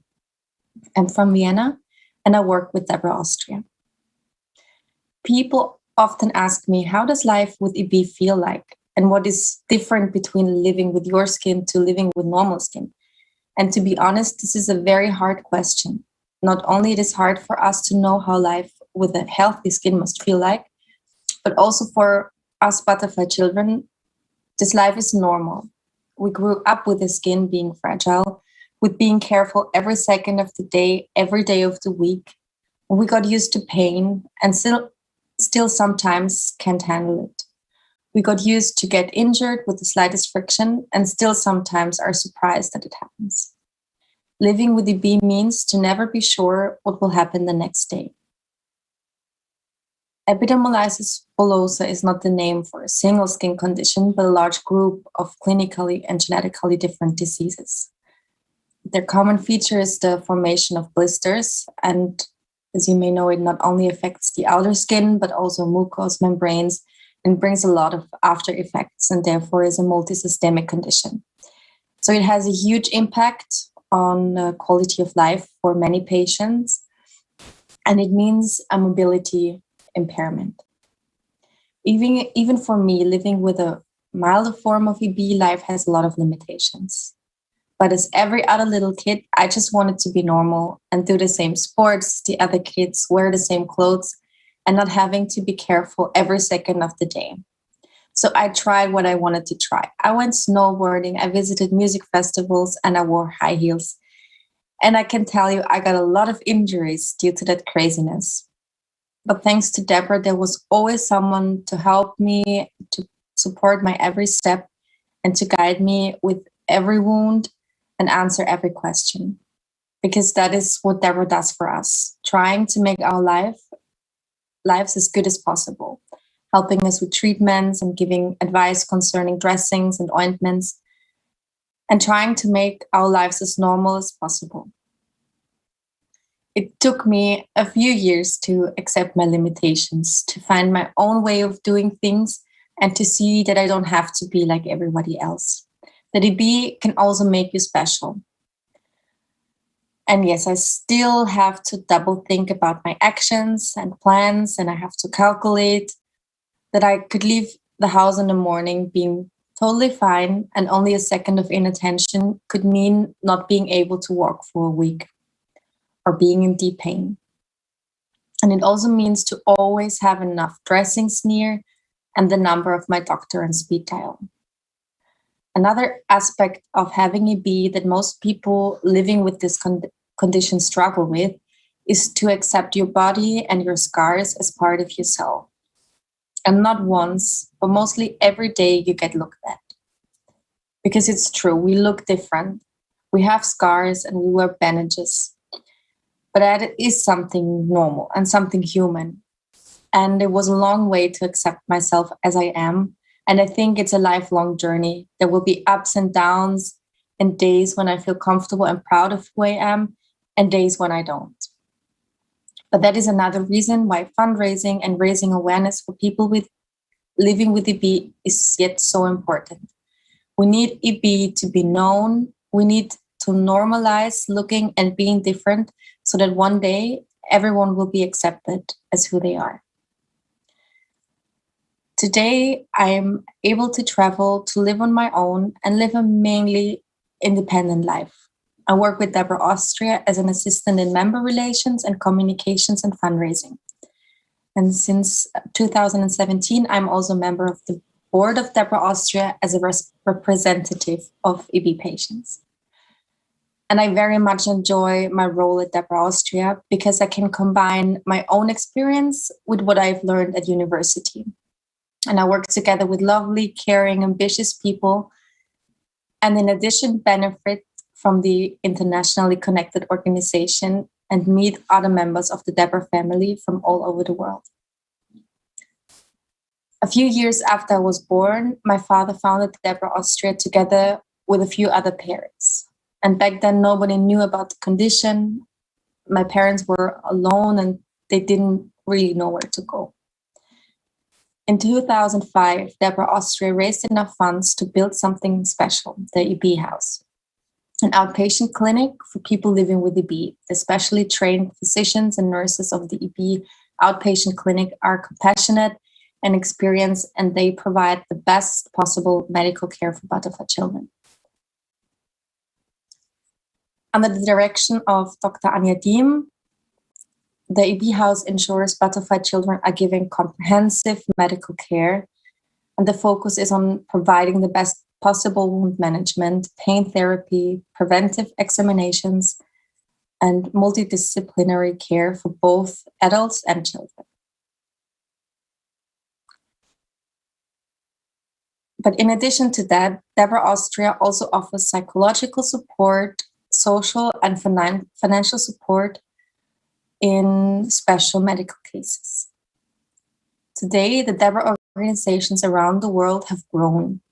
They have gained experience and knowledge, have found DEBRA International to be connected, support each other, and learn from each other. And lucky for me, I got to benefit from this family in a special way. In 2017, I got the opportunity to work with DEBRA Spain for a year. DEBRA Spain welcomed me warmly within their team, and I got the opportunity to experience how another DEBRA organization works, how they have the same, but also sometimes different approaches, but all in all, the same main goal, to improve the quality of life for those living with EB and invest in research. DEBRA Spain and DEBRA Austria have a rather different approach on fundraising, for example. Whereas DEBRA Austria mainly focuses on collecting funds via direct mail, DEBRA Spain organizes fundraising events such as golf tournaments and works with charity shops throughout the whole country. Fundraising is a big part within DEBRA organizations because DEBRA hardly gets any financial support from the government to help EB patients and their families. So all the work that DEBRA Austria does, helping EB families finance the EB House and fund research, is only possible because of donations from the Austrian population. For the future, I hope that all different DEBRA organizations around the world keep on working together, keep on growing, learning from each other, and are possible to support each other in any way necessary. I wish for EB to be commonly known and people living with EB and other disabilities and differences, therefore, to be accepted as normal, and for research to be successful so that hopefully soon there will be a cure for epidermolysis bullosa. Thank you so much again for inviting me, and I hope the rest of the conference will be as successful as the start. Дякуємо вам за вашу відверту розмову. Thank you, Lena. Thank you very much for what you have mentioned openly, and I'm sure our patients in Ukraine were very much interested to hear how you live, because they have the same problems, but not everyone is as open and as brave as you are. And your input into the awareness raising and informing the world about what kind of patients we are, that we're living with pain, that we have scars on our body, that something that differs us from other people. But otherwise, we are normal. We are just like other people. And that is very important. What you do is really important. I would like to wish all our patients also to be very active, very open. I always tell them, if you're silent, nobody knows about you. Be open, speak out. And I'm very happy that in Ukraine, our patients are becoming more and more active. They participate in TV shows, in radio programs. Together with us, they participate in different public events in front of the Ministry of Health also. So the situation in Ukraine is changing and our patients becoming more open. So thank you very much. Once again, we also wish you all the success and happiness in your life. You never know what happens next, as you mentioned in the very beginning. And I wish you only the best things and in your life for future. Thank you. Thank you.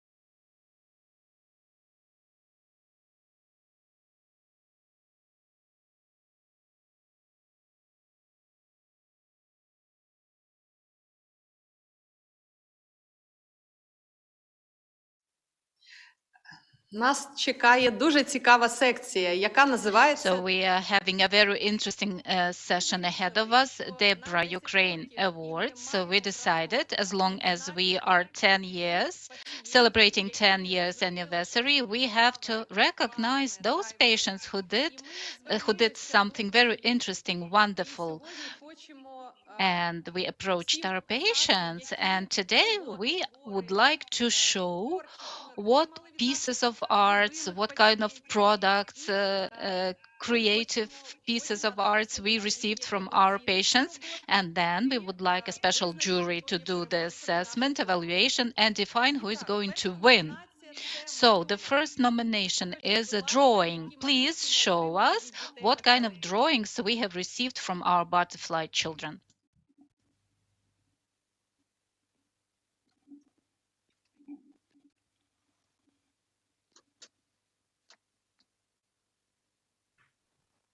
неймовірно чудові малюнки. Мені все Incredibly beautiful drawings. I liked all of them. But what our jury will say? To have an independent jury, we invited Olga Melnik. Olga is in Denmark now, and everybody who are with DEBRA Ukraine for a long time know Olga, because we started this activity with her in 2011, and she was the driver of our organization. She organized the first charity activities Then she married and went away to Denmark. But anyway, she is with us, with her heart and soul. And she conducts different charity events together with Olga Volkova and her charity fund. She always helps Ukrainian butterflies. That is why we entrusted her to conduct announcing the winners in this competition. Thank you, Tatiana. Dear butterfly children, dear parents, dear all, I welcome you and I thank you very much for inviting to this conference. Thank you, Tatiana, for you and Lena Andreevna and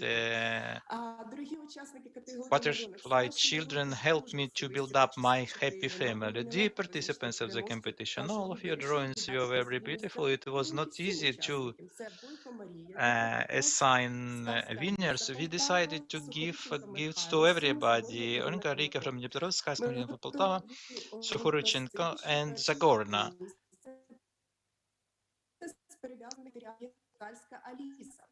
And Skalska Alisa is in the first place, second place to Boyka Maria and Sukhorchenko Mikhaila, and the third place Zagorna Irina for a butterfly.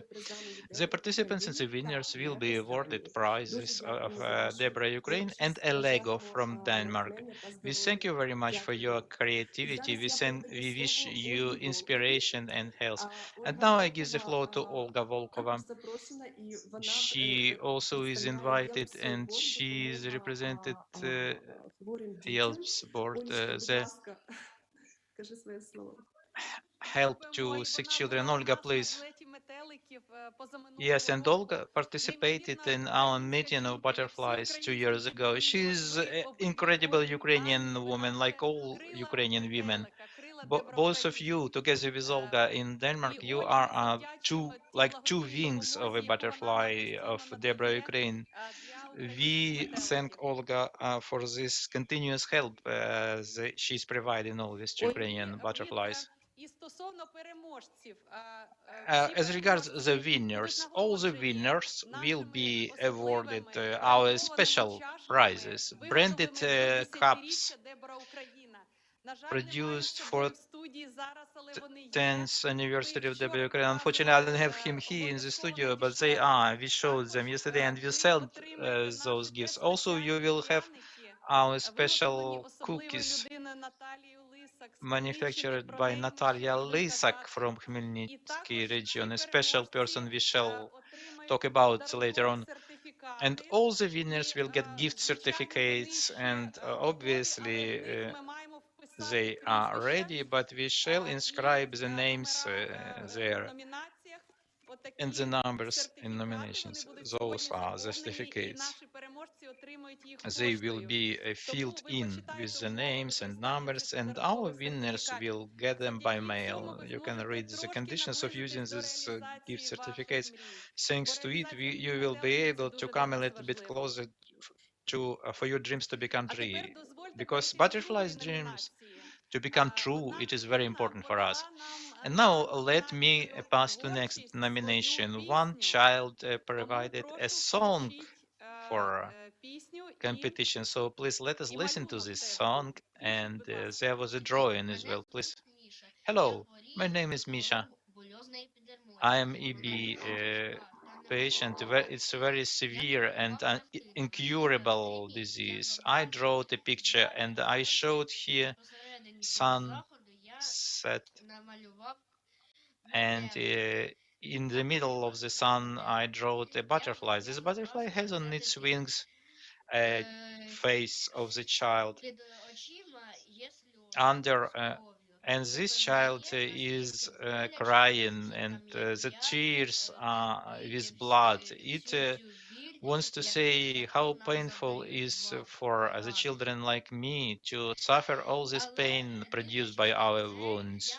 Notwithstanding all this, I learned to ride the tricycle.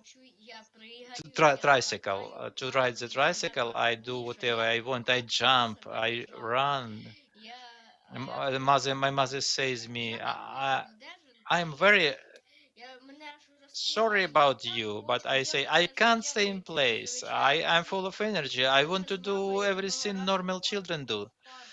When me and my mother were in a park once, I saw how ordinary children, normal children are jumping, how they enjoy. And it was very sad for me. This disease is very severe. My dream is to become healthy overnight. So I go to sleep, and while I am awake, and I would have no one wound.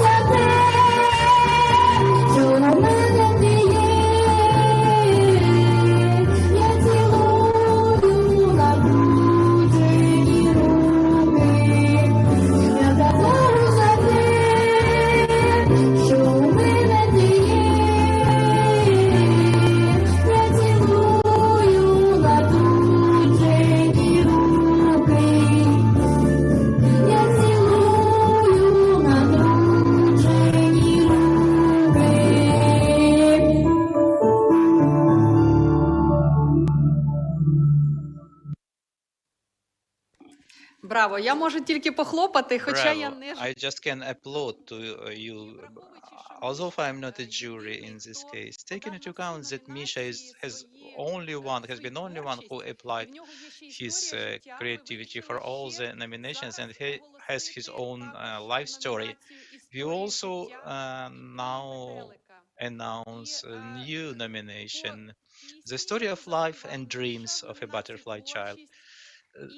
The song on creation, on art nominations, creative art nominations, and life story of a Butterfly Children, we invited in jury Irina Marushko, the partner of legal company Marushko and Associates. She's my colleague, and she worked with me for many years, and she helps us. She regularly sends humanitarian and charity aid to us, which is a very important contribution to all of our projects. I thank very much to Irina for her modesty. She is a very modest person. She never asked me to announce her, to introduce her. But I want you to know she's not only legal, very professional lawyer in the company and very well known in the world of lawyers, but she also has a sincere heart and helps to Butterfly Children for many years already. I want to tell about it. And now let us watch first the video where you'll see who submitted their life stories. And also after that, we shall give the floor to Irina Marushka, who will assess the stories, comment on them, and announce the winners, please.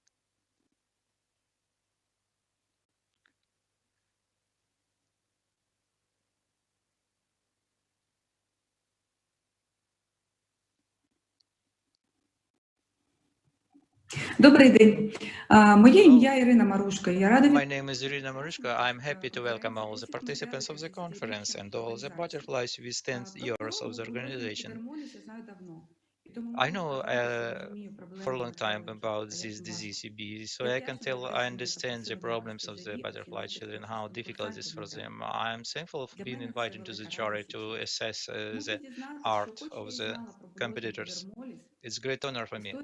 Want to say that the story of butterflies is very emotionally striking, because all these life stories is the story about their struggle and wins.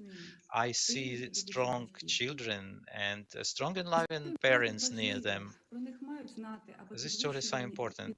People have to know about them to raise the level of the professional community and the awareness of the community and the whole society about this rare disease, so that disease would be timely and professional, really. The story of fragile beauty is special. You cannot go and bathe into a sea, into a warm sea, and there is a dream on that butterfly children can become happy, can live a full-fledged life if a special care, love, and support will be provided for them. Mother knows about a lot about the diseases. She's actively supporting the community of butterfly children. I am especially thankful to my mother for active position for raising the awareness. A little angel, Alexandra Shebeka, and her mother had a lot of difficult challenges, but little Alexandra is not giving up. She is a real fighter, a very intelligent girl. She helps her mother by ointing, by lubricating her wounds herself. Also, he is 1 year and 8 months old only. The mother of Oksana, notwithstanding the local doctors didn't establish exact diagnosis, she was able to provide due care to her child. Mikhail Seforushenko impressed me by his independence and active attitude. His straightforward face into his own forces. Let dreams come true. Mikhailo, by singing this song to my mother, has touched the very heart by giving his love to mother. The drawing of Mikhailo impressed by the deepness in fantasy and the encoded messages which are in it. And the story of already adult person Oksana is impressive. He is 29 years and he openly wrote about his feeling. I wanted to be like everybody else, to go to the school, to have a girlfriends, to practice sports, how he hid his disease, how he achieved results in the learning, how he found his profession. He graduated from Odessa Polytechnic University. He is working and engaged in public activities. and in the charity Orphan Little Bird of Nikolaev region. And the dream is to, and everybody hopes that there will be brought up a treatment which will be a cure for this disease. Meanwhile, the butterfly children are not giving up. They help each other. They have plans for the future and to have an active life. I thank all of you for your stories. I welcome the competitors and I give the floor back to Tatjana. Irina, thank you very much for such informative and legal approach to the case,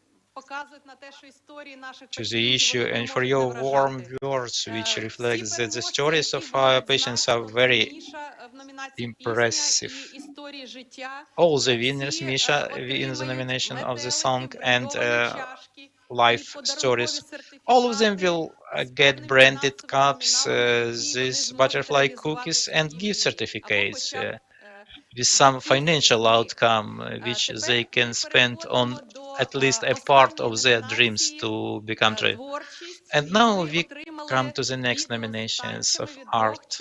And we have got video with dances from two wonderful butterfly girls.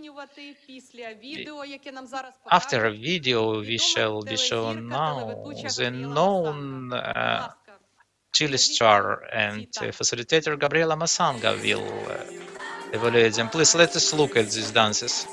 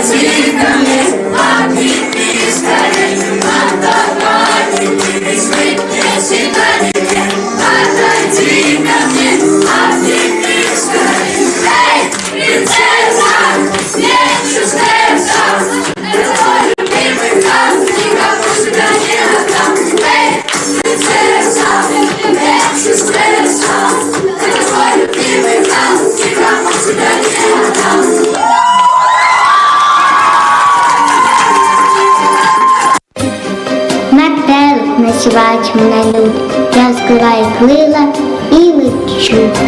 Весь світ тобі навів. I am butterfly, I raise my wings and I am flying. Fly with me, I will show you the happiness.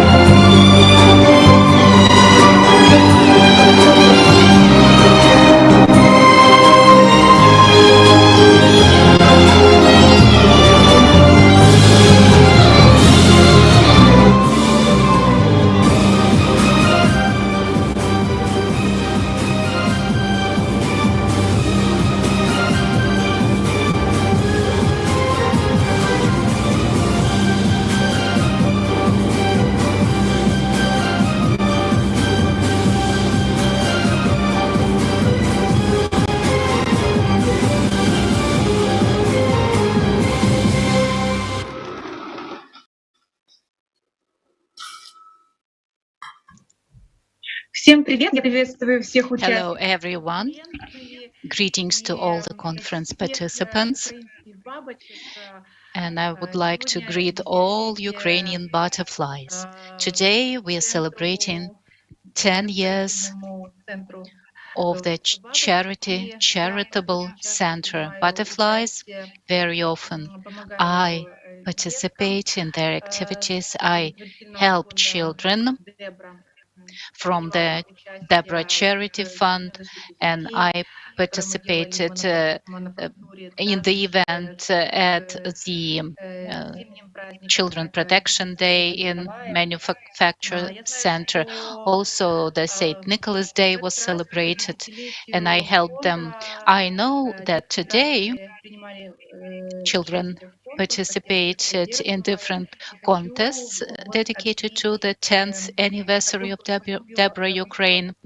And I would like to say that there were 2 applications from 2 girls in nomination Dancing Margarita Mashuk, 7 years old, and Diana Pogrebnyak from Odessa.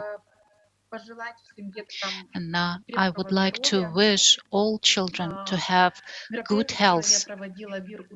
The events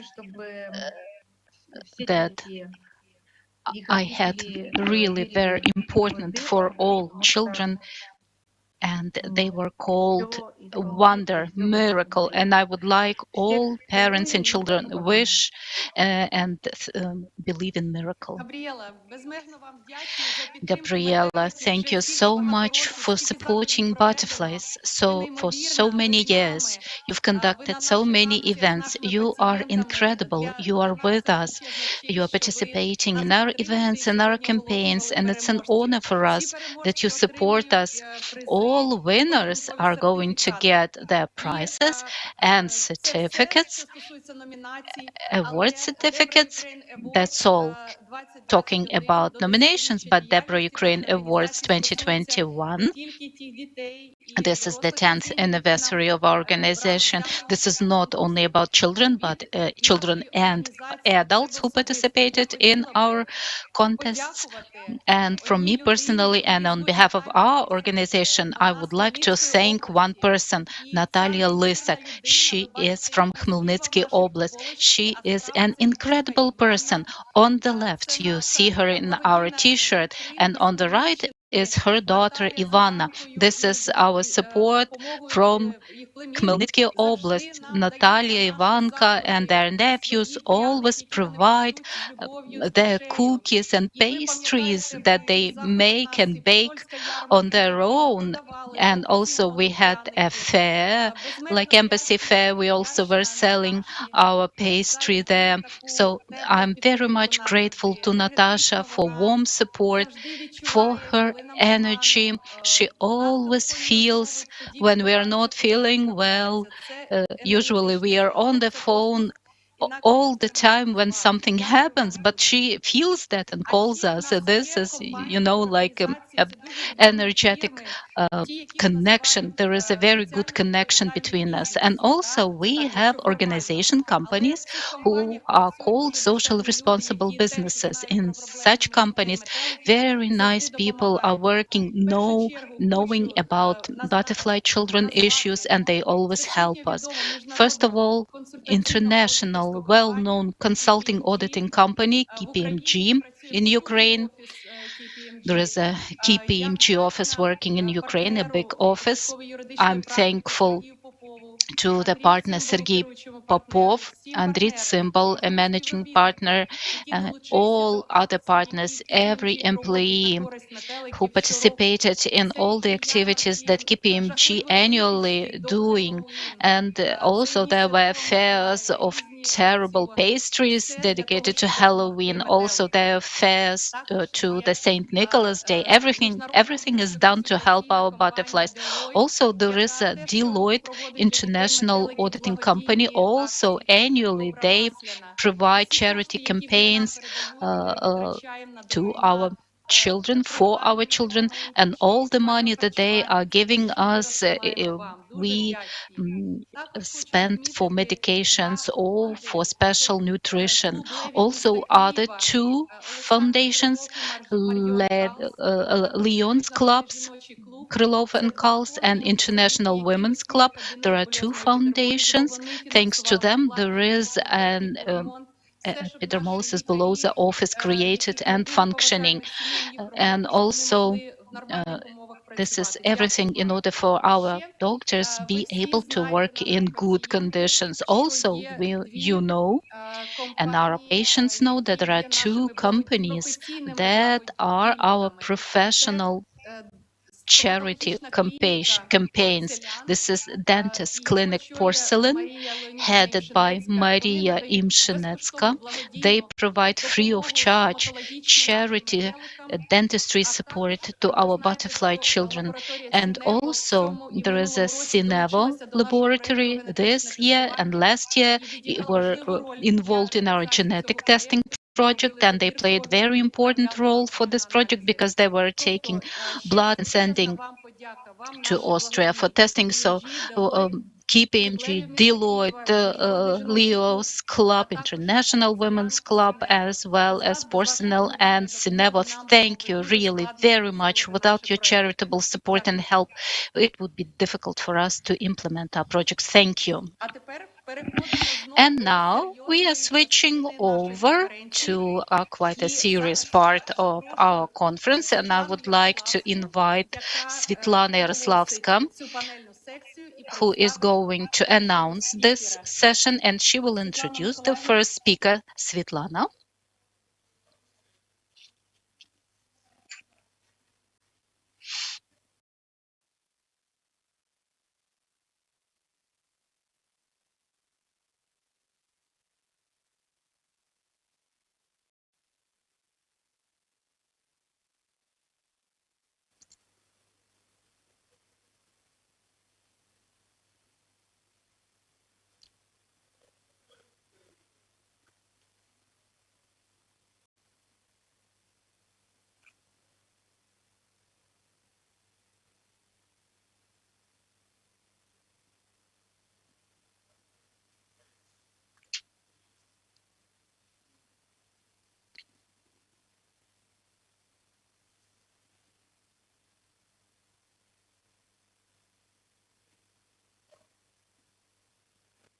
Доброго дня.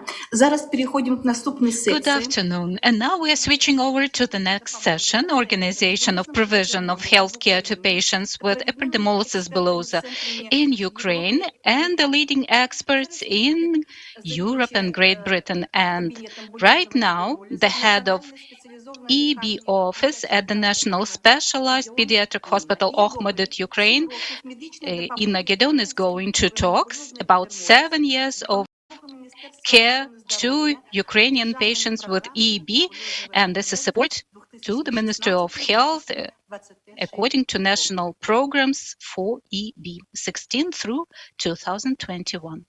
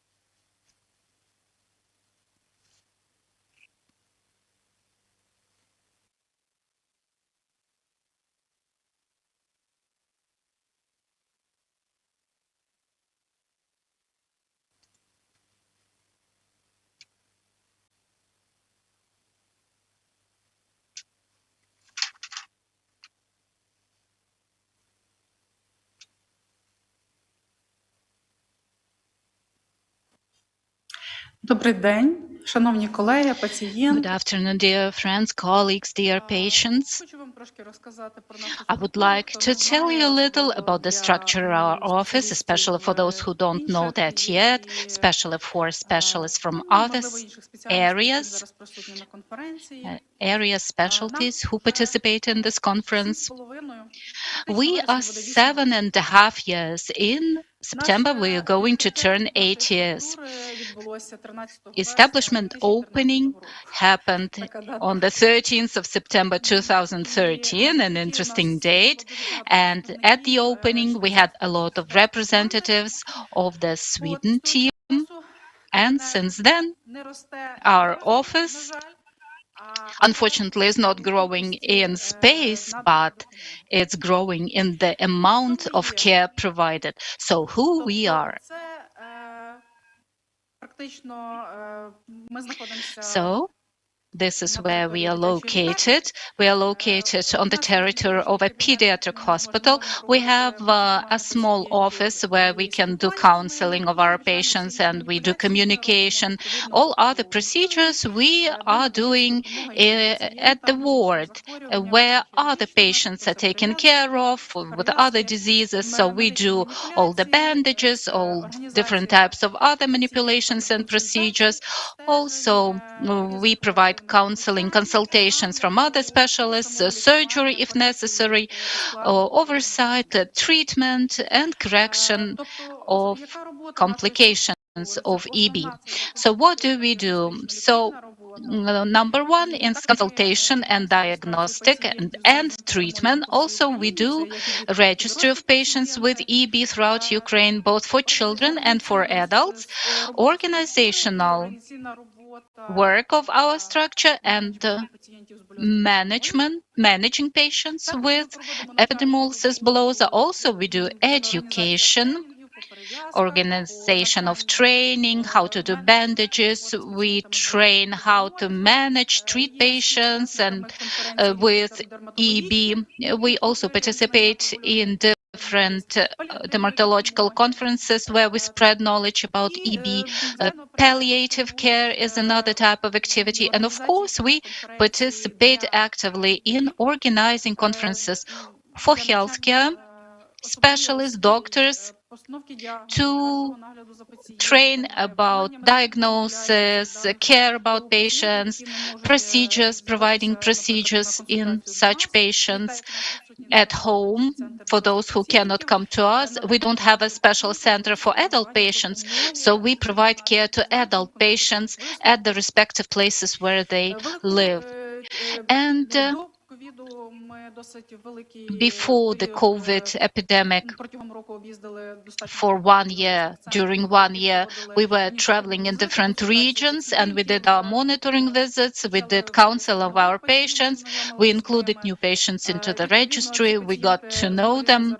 These patients are now in our registry and they're getting the state help, support from the state, and also they can get medical support and help. Also, we cooperate with the Ministry of Health Ukraine. We are part of the expert group in the direction of epidermolysis bullosa. Also, we are working on the issues of providing patients with bandages and other things that are very relevant for their lives and quality of their lives, and we do that on the level of state. From time to time, we counsel at the maternity hospitals, different other hospitals, at dermatology skin clinics, STI clinics, in order to examine patients together, help select treatment, correct treatment. There are patients who are quite severe and it's difficult for them to travel throughout Ukraine because the travel itself is very traumatizing. Sometimes their physical condition would not allow these patients to travel across Ukraine. And there are other problems, financial, because the management of this disease is very costly. So we participate in DEBRA international conferences and events together with DEBRA Ukraine, because DEBRA Ukraine is part of DEBRA International International EBCLINET, and these are medical conferences where all the new research data provided, everything that's new in treatment, guidelines, what are specifics of the approaches, updating the clinical protocols in patients with EB. And also we participate in butterfly meetings, and we talk at such meetings, and we tell our patients about the basics of care provision and about everyday life, how we can help them to ease their everyday life. And a very important item is cooperation with healthcare facilities in provision care, because there are some things that we don't have in our Ohmedit clinic, for example, dentistry or osteoporosis measurement, testing for osteoporosis. And thanks to cooperation with other facilities, we try to cover all the needs of our patients as much as possible. Of course, as you can see, there are only some figures. In fact, much more patients come to us because lots of patients, they come a couple of times a year. Some patients can spend from couple of weeks to couple of months in the hospital because they might be quite in a severe condition, and we prepare them to be able to live together with their parents at home. And you can see we see increasing numbers, even considering the COVID epidemic. Still, because we are tertiary care hospital and we were providing, we didn't stop provision of care, especially to severe patients, and patients kept coming to our hospital throughout COVID times. And we also did a lot of telemedicine events, so patients were providing them the figures and pictures of their wounds, so we could calculate the area of impairment, and we could help them with regards to skin care. We could connect them to relevant specialists to correct their diet, or get some eye specialist consultations or osteoporosis consultations. And we have around 300 patients with EB according to regional data, a lot of patients with simple form, simplex, officially 186, and there are severe and moderate to severe patients among those that require constant and the non-stop care. That means very high cost non-adhesive special bandages. And you can see this is the distribution by numbers. 2020, if we take, so severe patients, you can see in red, so they were coming couple of times, and some of them almost every month. Some of them were coming to see us, visiting couple of times a year. And there are some scheduled patients who are coming for investigations, and there are other patients, considering the difficulties, transportation and travel and their physical condition, they come very rarely, in very extreme cases, when they really need care that they wouldn't be able to get at places where they live. Of course, in our hospital, we have a team, because without teamwork, it's not possible to treat EB, because it's a systemic disease.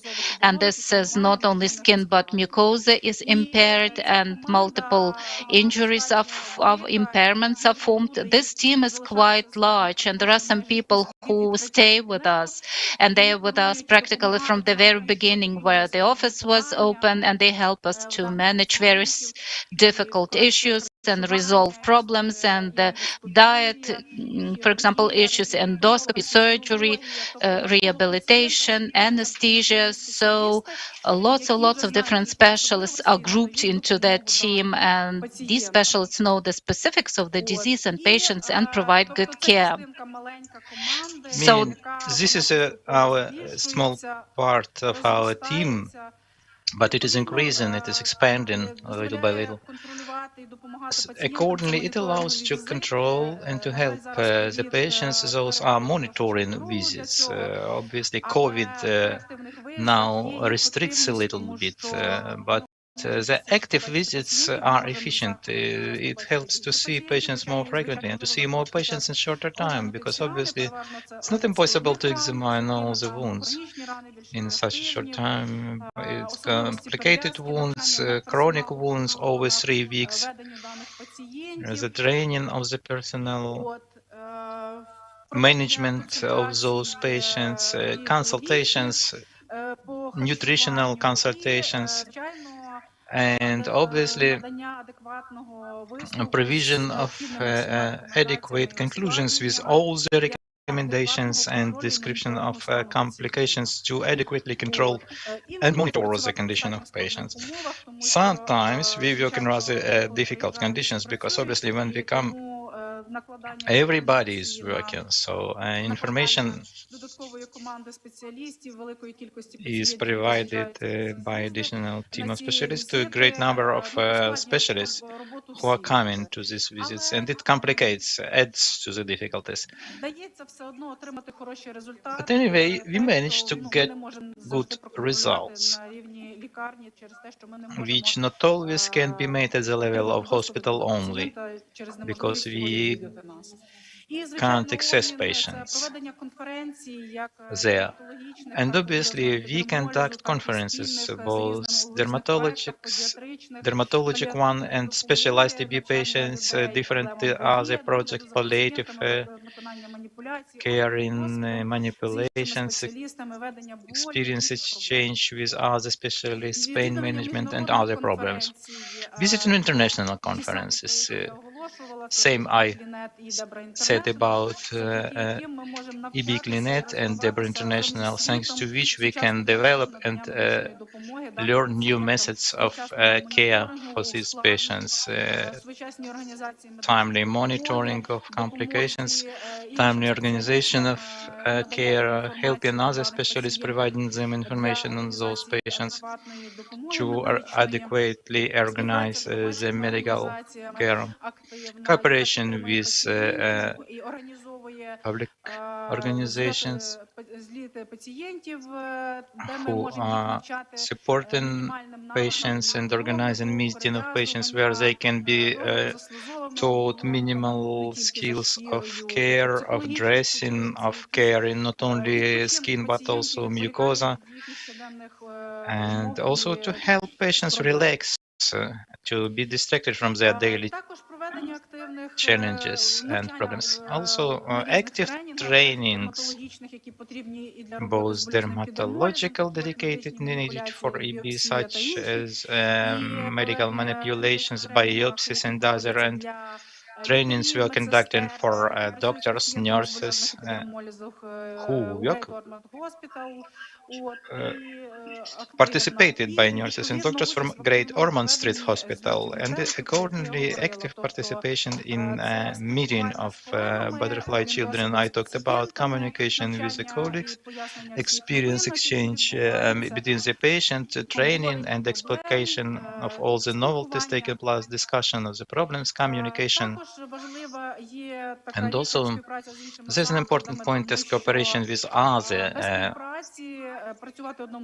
entities, because it is very difficult to work alone. That's why active consultations with doctors, physicians responsible in different areas for EB patients. It is not only providing medical care, it is assessing needs of the patients, providing conclusions, creation of programs of support both medical care and local care in the regions wherein doctors take active participation together with patients. Also provision of medical care in, for example, we don't have dental services with anesthesia, and Patients have dental problems like animal hypoplasia or hyperplasia, caries, early loss of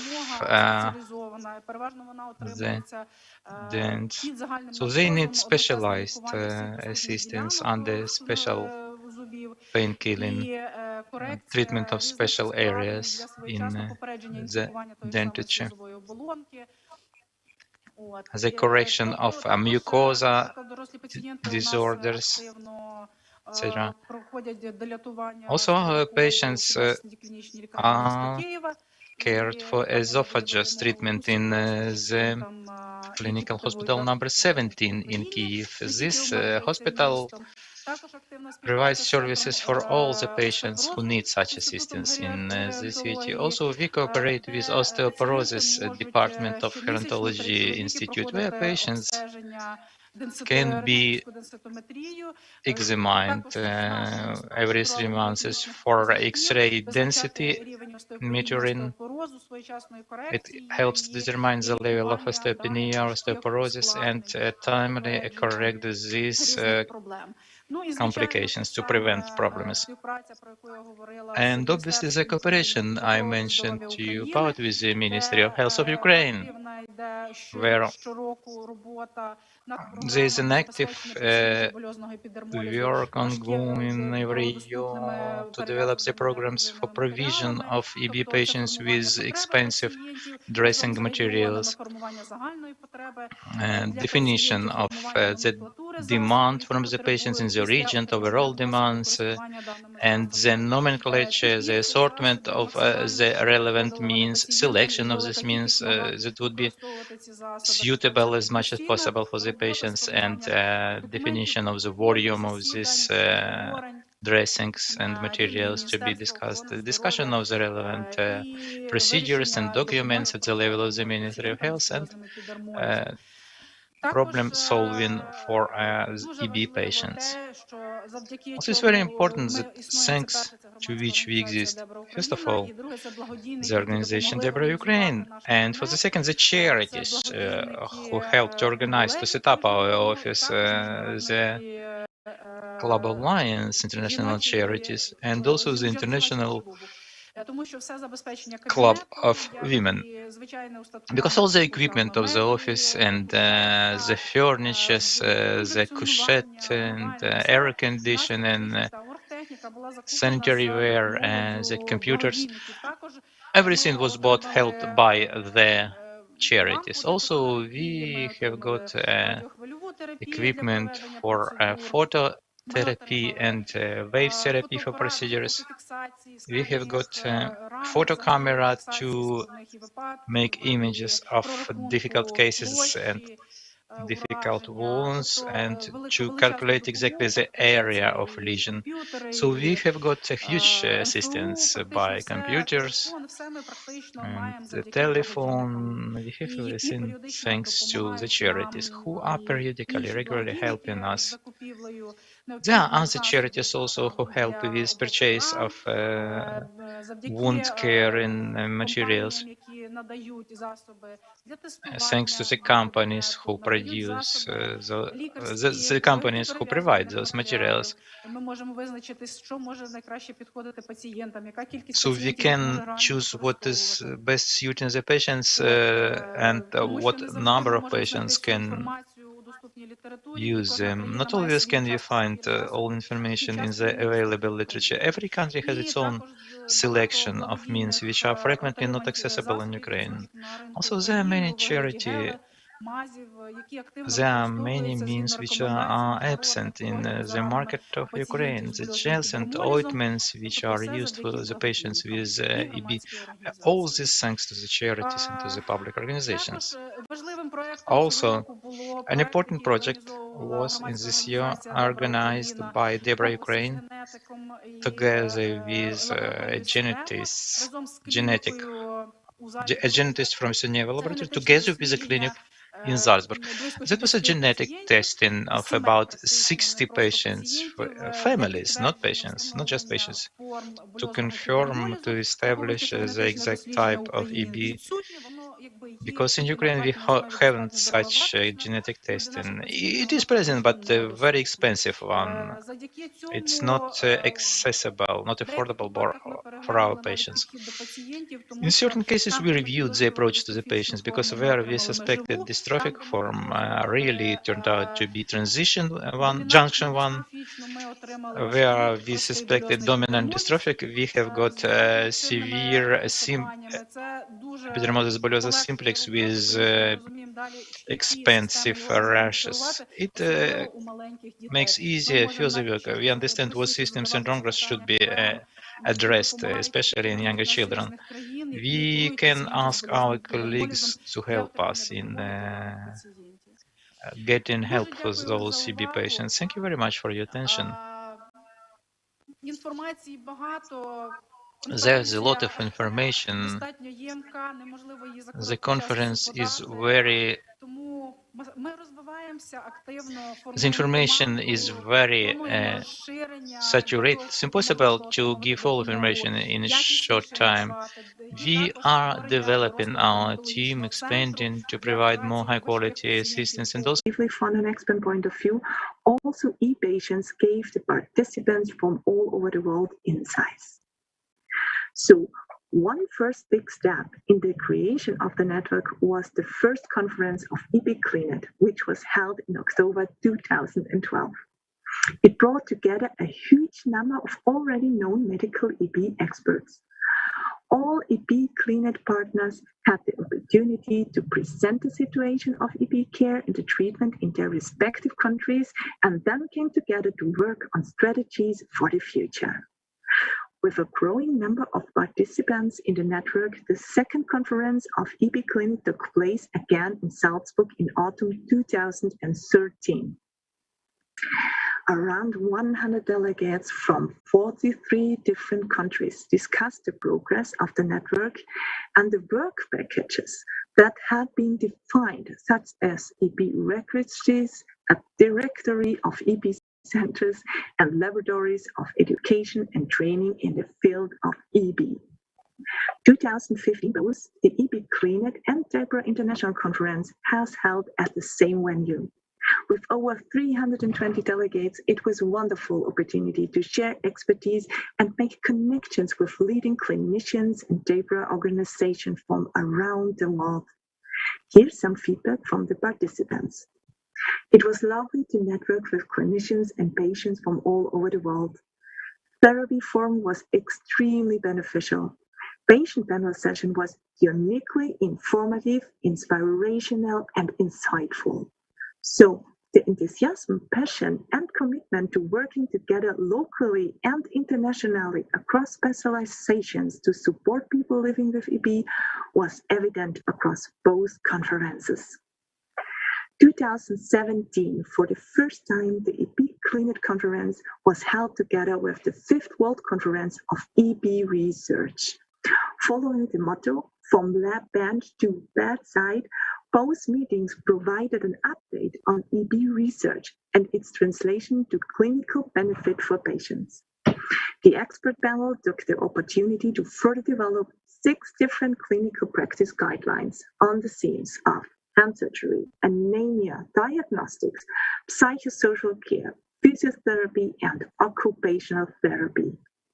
So for your information, the development of clinical practice guidelines, CPGs, for EP is a long-term initiative of DEBRA International. These guidelines are recommendations that provide information for healthcare professionals to support them in caring for patients living with EB. Information in the CPGs based on scientific evidence and on an expert opinion. Currently, there are already 10 CPGs completed and many more all are already in the development process. A very lively part of the UKRAINIAN is our nursing forum for EP care.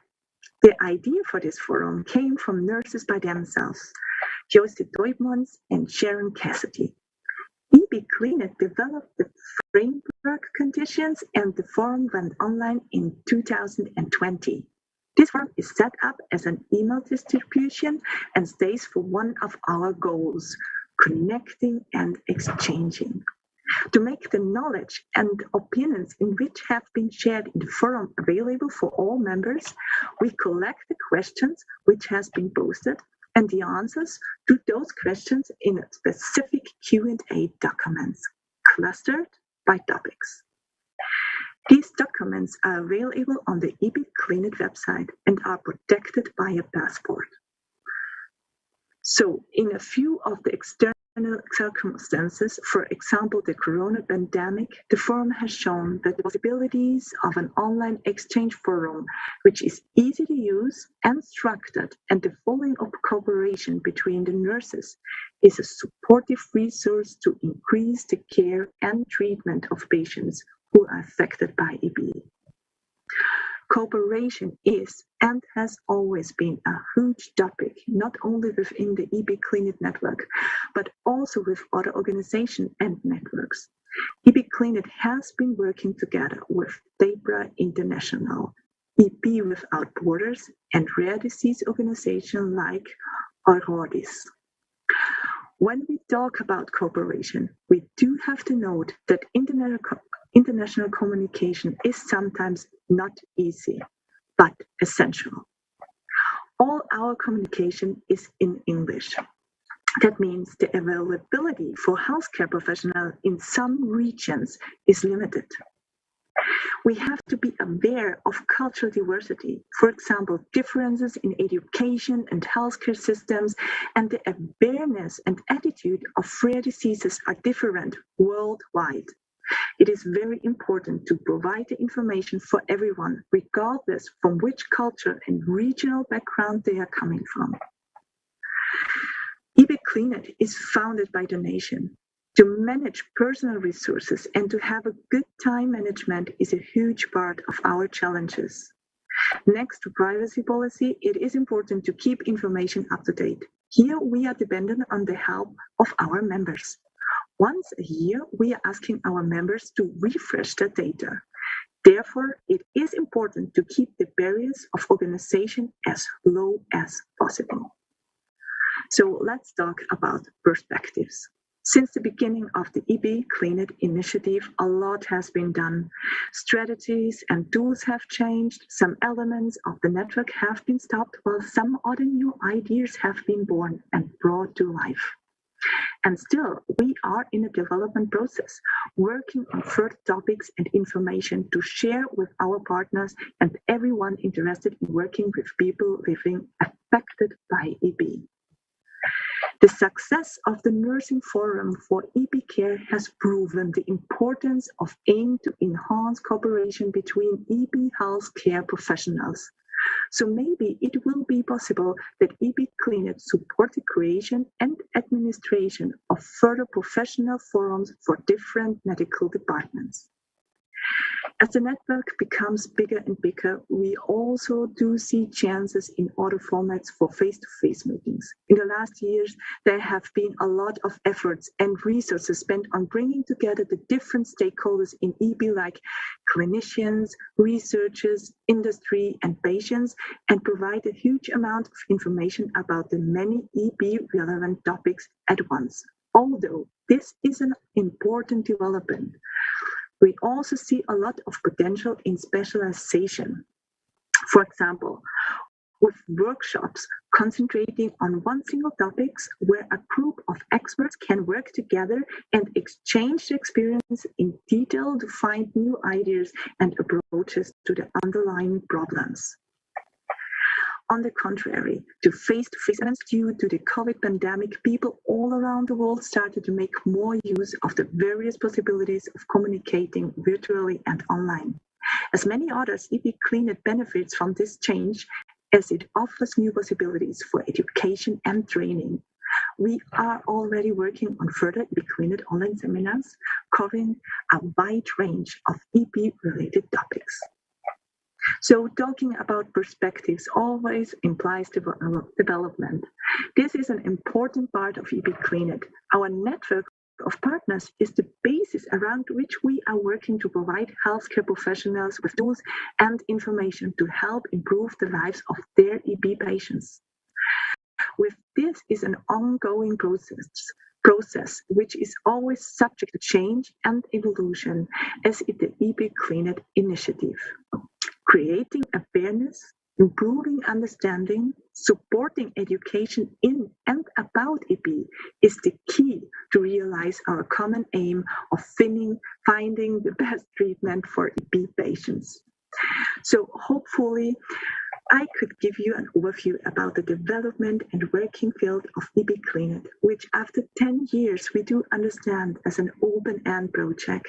We want further develop with the main goal to increase the treatment for people who are affected by epidermolysis bullosa worldwide by connecting healthcare professionals for better communication and collaboration about EB. Again, thank you so much for your interest. All the best and goodbye.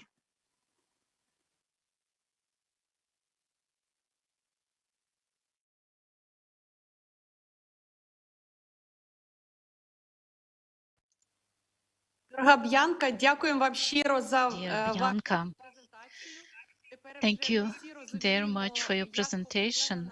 Now we all understand how the clinical network of specialists and EB centers is created and working, and you showed us how to use new technologies like online technologies, because specialists are in different countries, in different time zones. So in order to timely exchange relevant information about patients, about their test results, about their diagnostic conclusions, we really need to have good communication channels organized. So thank you once again.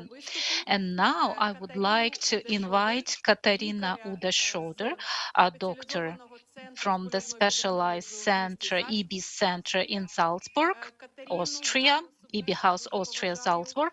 I personally know Katarina. I know she's a very skilled dermatologist. She's working together with Dr. Anya Dil, and she's one of the leading specialists in EB.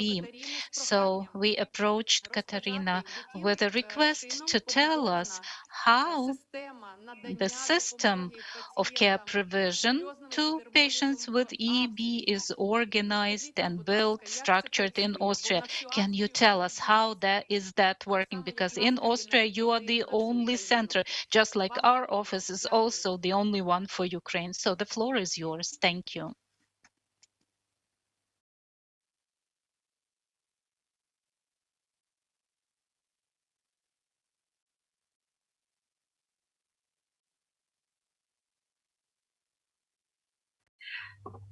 Hello, my name is Katarina Udeschuder, and I'm talking from Salzburg, Austria. Thank you, first of all, very much for the invitation to this very interesting congress with very different topics. And I am pleased now to tell you something about management of EB patients in the EB House Austria. The EB House Austria is part of the General Hospital of Salzburg, and I'm working as a physician there together with Anja Diem. And the EB House is the ground floor of this building. The EB House is part of the university department for the University Clinic for Dermatology, and the Department for Dermatology is in this building. The EB House was opened in 2005, and its construction cost about 1.7 million euros. 1 million euros were funded by the government then, and the rest was covered by DEBRA Austria. The operating costs are about 900 euros per year, and this is refunded just by DEBRA Austria. In the year 2017, the EB House was designated as a center of expertise for EB and genodermatosis.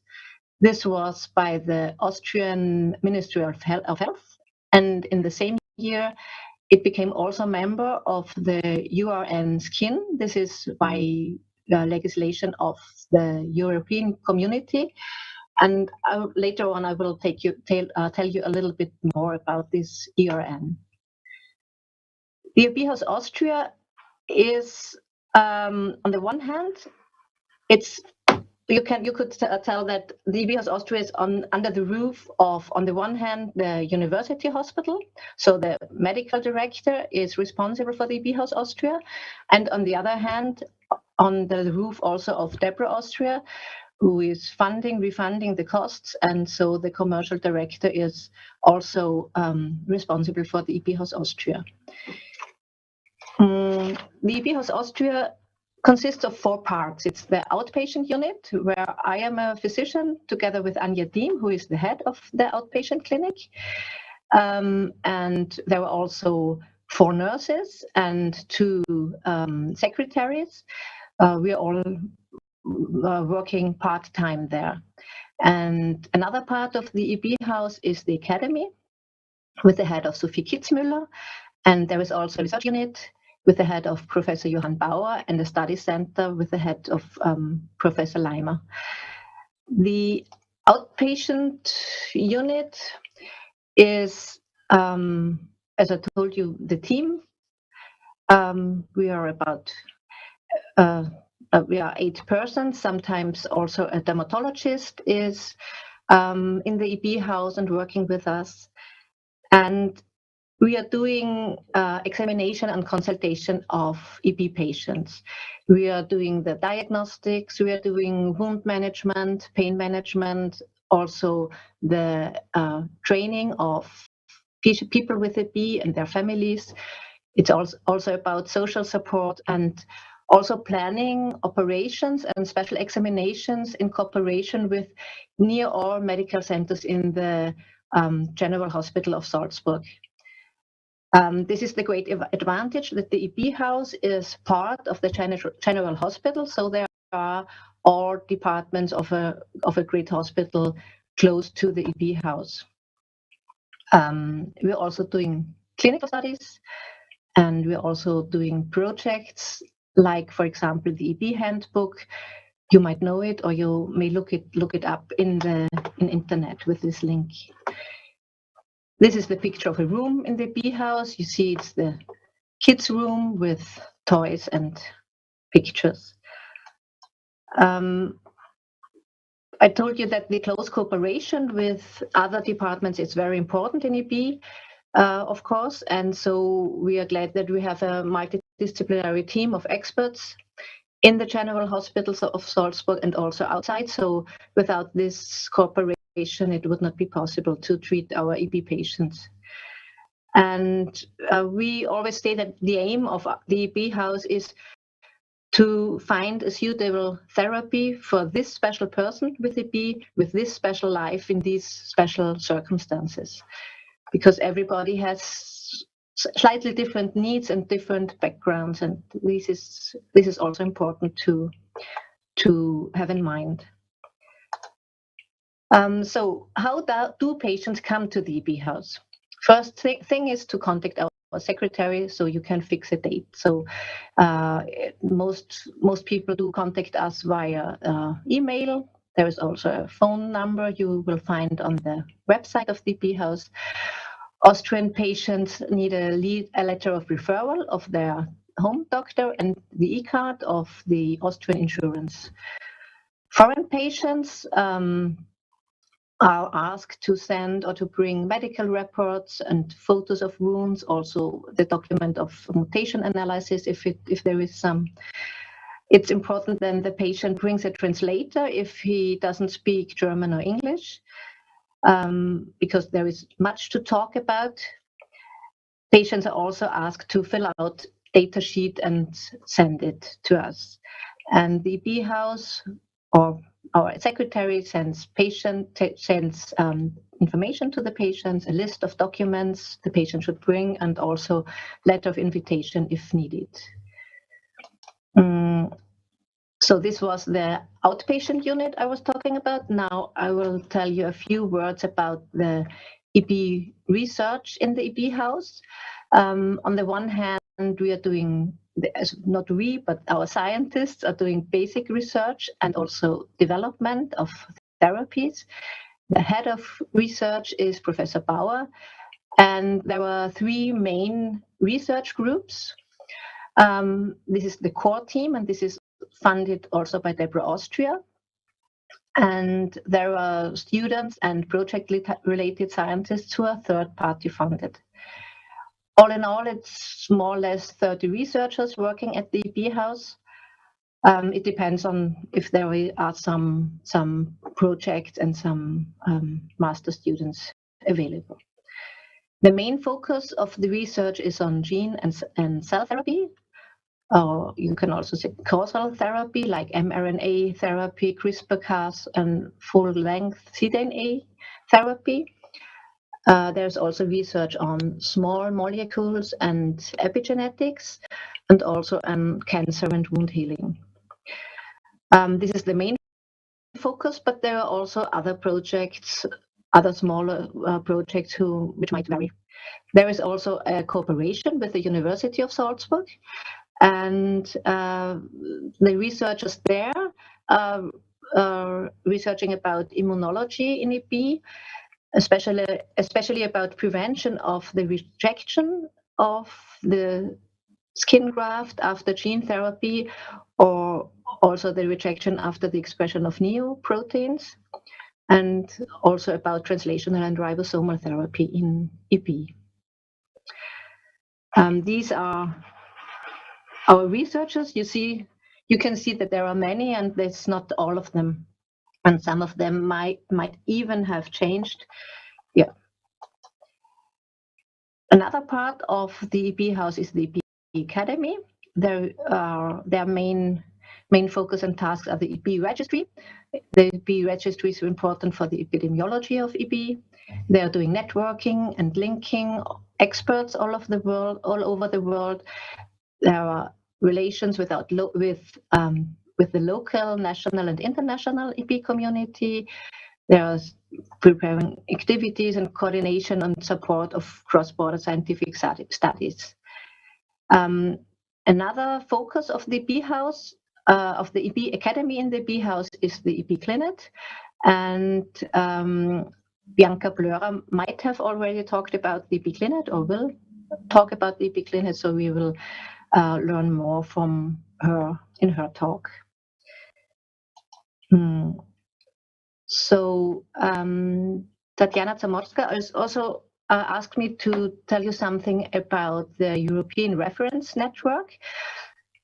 In the beginning of the talk, I told you that the EP House is also part of the ERN Skin, and the European Reference Network. There are virtual networks which are involving healthcare providers across Europe.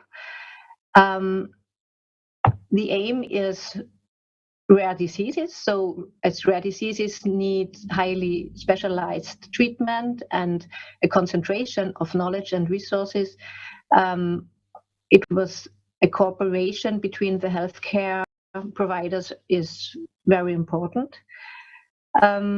And there are many ERNs on different organs, and among the others, there's also ERN skin. So it's a ERN on skin disorders like epidermolysis bullosa. On this map, you can see that there are 65 expert centers in 18 countries of ERN skin, and the EP House Austria is one of them here. So the aim of ERN Skin is that the patients are treated by their national healthcare providers, and the national healthcare providers get advice by a specific ERN. So they get clinical guidelines, they get knowledge about research and innovation about this rare disease.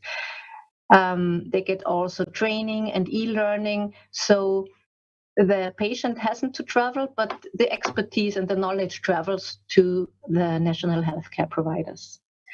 If you are interested in more information, you will have these links here.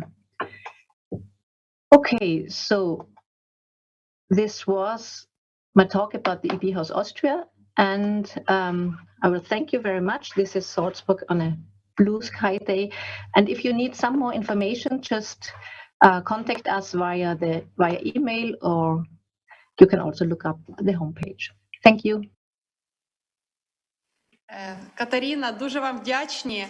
Приємно було побачити сонячний Зальцбург. Thank you very much, Katerina. It was nice to see the sunny Salzburg. It is always sunny. Just one time there was some rain when we traveled to your conference.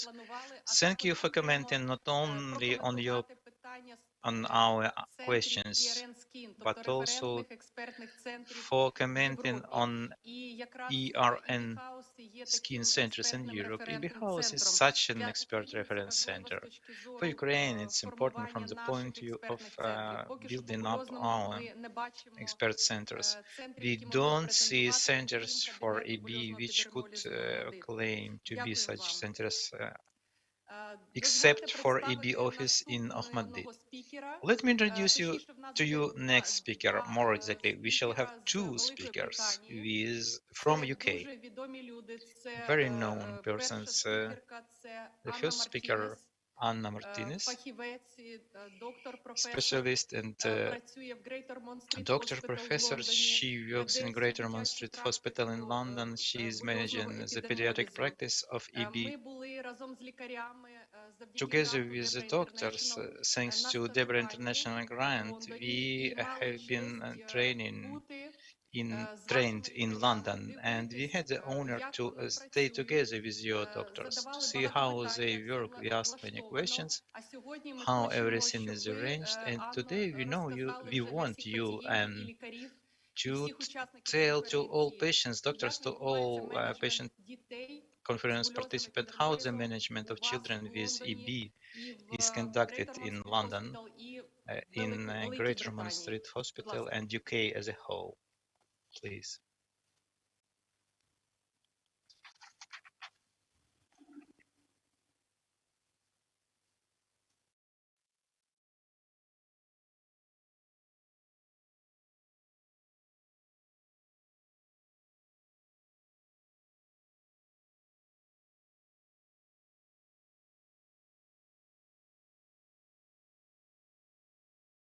Thank you for asking me to talk about multidisciplinary approach of paediatric EB patients at Great Ormond Street. I'll be available at the end of my next session to answer any questions that you have. So the following conflicts of interest. So the location of the paediatric EB services in England are that we have two national services, one at Great Ormond Street Hospital, the other at Birmingham Children's, and two adult services, again, one at St Thomas's in London, one in Birmingham, and a national EB diagnostic lab. And I work at Great Ormond Street Hospital with my colleague, Dr. Petrov. We look after 450 children with different types of EB. And the four centres work together with DEBRA UK, and we have shared protocols and a national database. Have a core team, and at the heart of this are our EB clinical nurse specialists. I work with a pediatric dermatologist and pediatrician, dietitian, psychologist, physiotherapist and hand occupational therapist. And we are extremely fortunate to have an EB administrator that coordinates the pathway of care of the patients. Now, the core team, particularly the nurses and doctors, now we meet every day. And during the pandemic, we did ward rounds virtually twice a week and have continued actually to do that since. And this is a familiar face to one. I just wanted to talk a little bit about the teledermatology paediatric EB service that we have at GOSH, and this is for professionals. We found that there's been a huge improvement in the efficiency for meetings. It's been really time-saving in order to get us together, and we can assemble big teams because it's very efficient having these sorts of meetings via medicine. And we can also, really importantly, link up with local services for that child. So linking up with their local paediatrician, psychologist or dietitian for a much better shared care. So we've really found it time saving and time efficient. All our outpatient clinics for patients with mild types of EB are offered virtually, and we have run face-to-face clinics throughout the pandemic, and we see anyone who has any complex problems from the video consultation, or of course any acute problem that can't be managed remotely. It is easier to manage these problems locally, though, because of the teledermatology service, so we can link up remotely with consultations with local teams at short notice, which has been really helpful. And complex patients, severe patients with different types of EB, have a teledermatological assessment before they're seen by us in order to plan their review. And we are also now able to once again offer home visits before these consultations, which is absolutely vital. The nurses go out and see families and examine the whole skin and take images and photos at home in their own surroundings, rather than having the extensive dressing, change and skin review in hospital. So we work with a wider team of very experienced professionals managing EB, an ophthalmologist. We have the pain and symptom care team, a hand surgeon. We work with endocrinology, interventional radiology for esophageal dilatations, cardiologists, ENT team, gastroenterologists, etc. Because we know that severe types of EB are multisystemic, and these patients have a multisystemic disease. And they require a very specialised, diverse team in order to manage them. And our role really is to fundamentally look after the child and the family. And that takes into consideration, obviously, the patient, their immediate requirements, future needs, and most importantly, to optimise the quality of life. So when we have a new referral, because we are a national service and the neonatal units in the UK know about the service that we offer, we get called directly, often within 24 hours. We can email information, courier dressings if we need to, and we offer an outreach service within 24 hours to assess the child, advise care, and take a biopsy and do bloods. And we provide an outreach service because it's not possible, as we know, to be accurate about the clinical diagnosis just on presentation alone. And we know there are clues such as a smooth tongue, but they're not reliable. And we also don't bring newborns to our centre because of a lot of damage that could be done just in moving the infant in the first days of life. And this is a picture over 20 years ago of a child that was brought to our centre. Now, there are publications in the British Journal of Dermatology, for instance, about laboratory diagnosis. And we know that it's important to establish a diagnosis as soon as possible, and that clinically it's not reliable. And these are 3 different series of images for different babies that I'm sure you agree look very similar. And the top set of images, in fact, this baby had junctional EB severe and will most likely die in the first 2 years of life.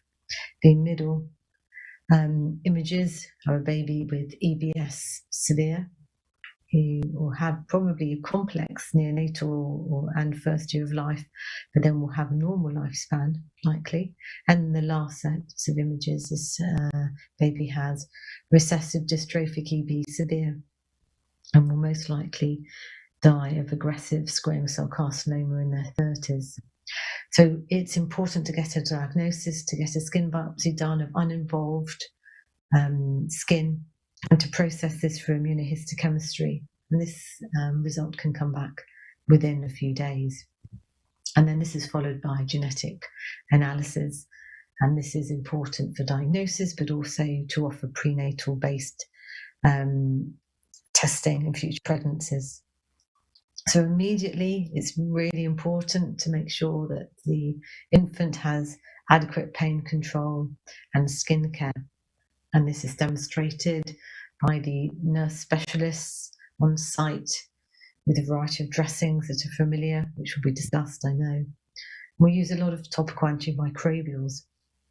Octenosan, which contains octenolin, naloxone, which is a medical grade honey, crystalline cream, hydrogen peroxide, and dermal chlorhexidine, and we try to avoid using antibiotics. Lines need to be secured safely to avoid this, where a whole layer of skin has been removed. So safe fixation is vital, as well as safe removal of tapes with silicone adhesive removers that have really revolutionised care. So day-to-day management, so we manage children with EB in clinic, in outpatients, video consultations or face-to-face, and then we manage more complex patients as day cases in our rare disease centre. We have this beautiful building, the Rare Disease Centre, the Said building, where there's open plan with the laboratories downstairs.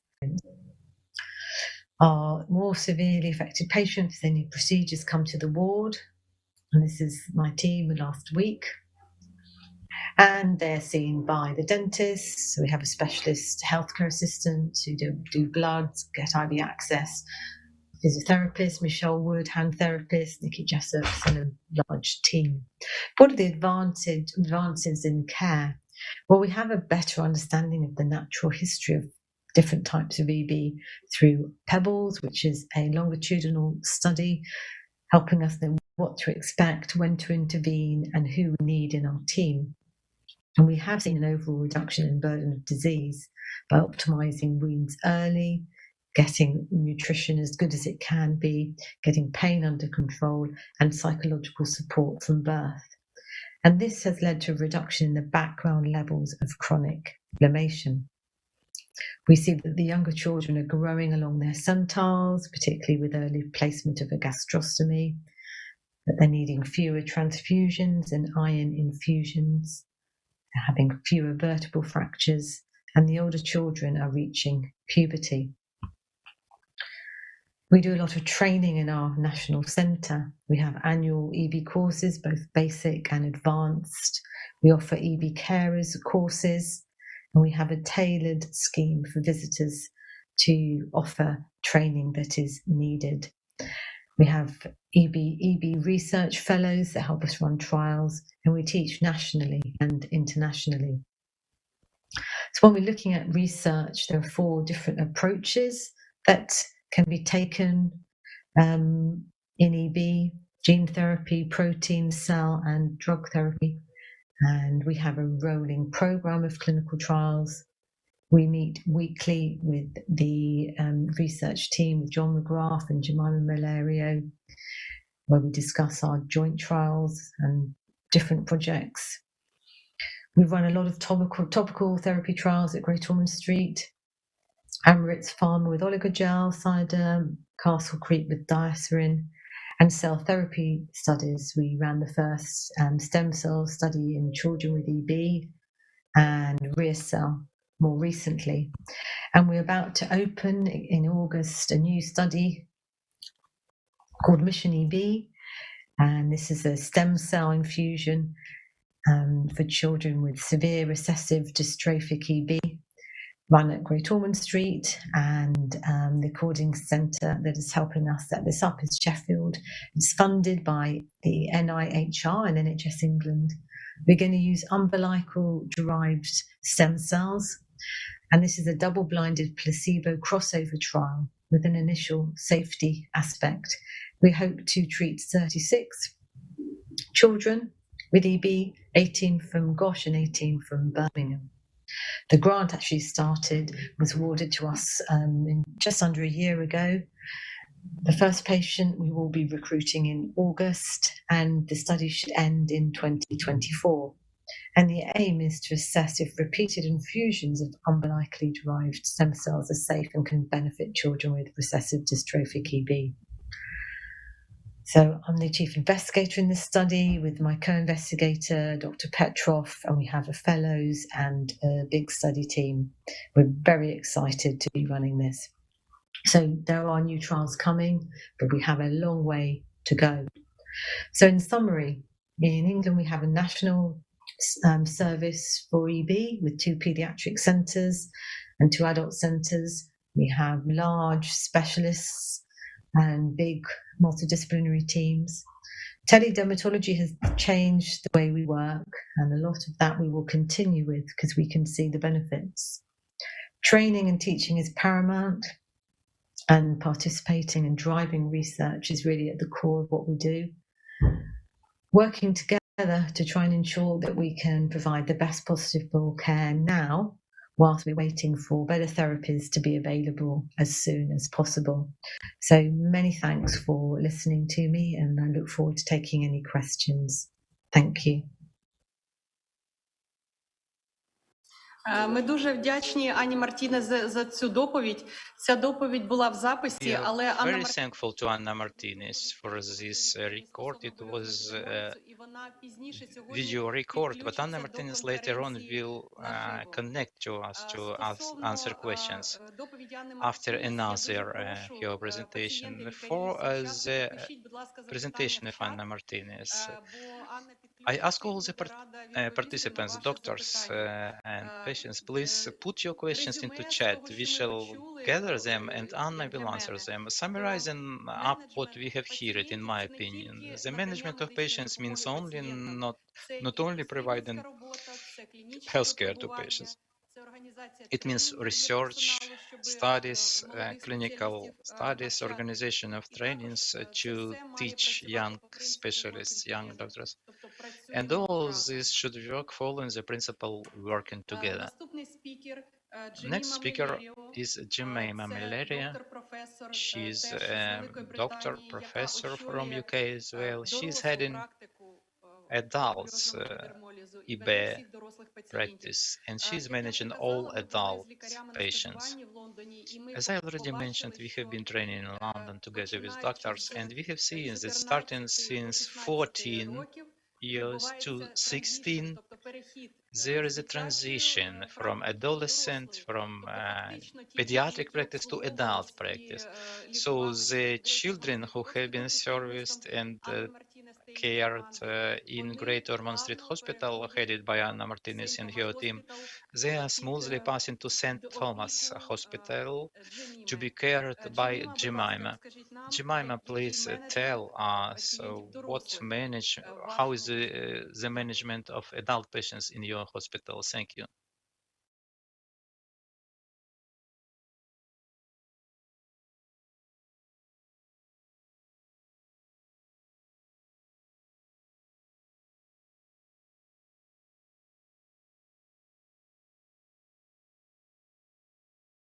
I'm Jemima Malario, and I lead the adult EB service in London at St Thomas's Hospital.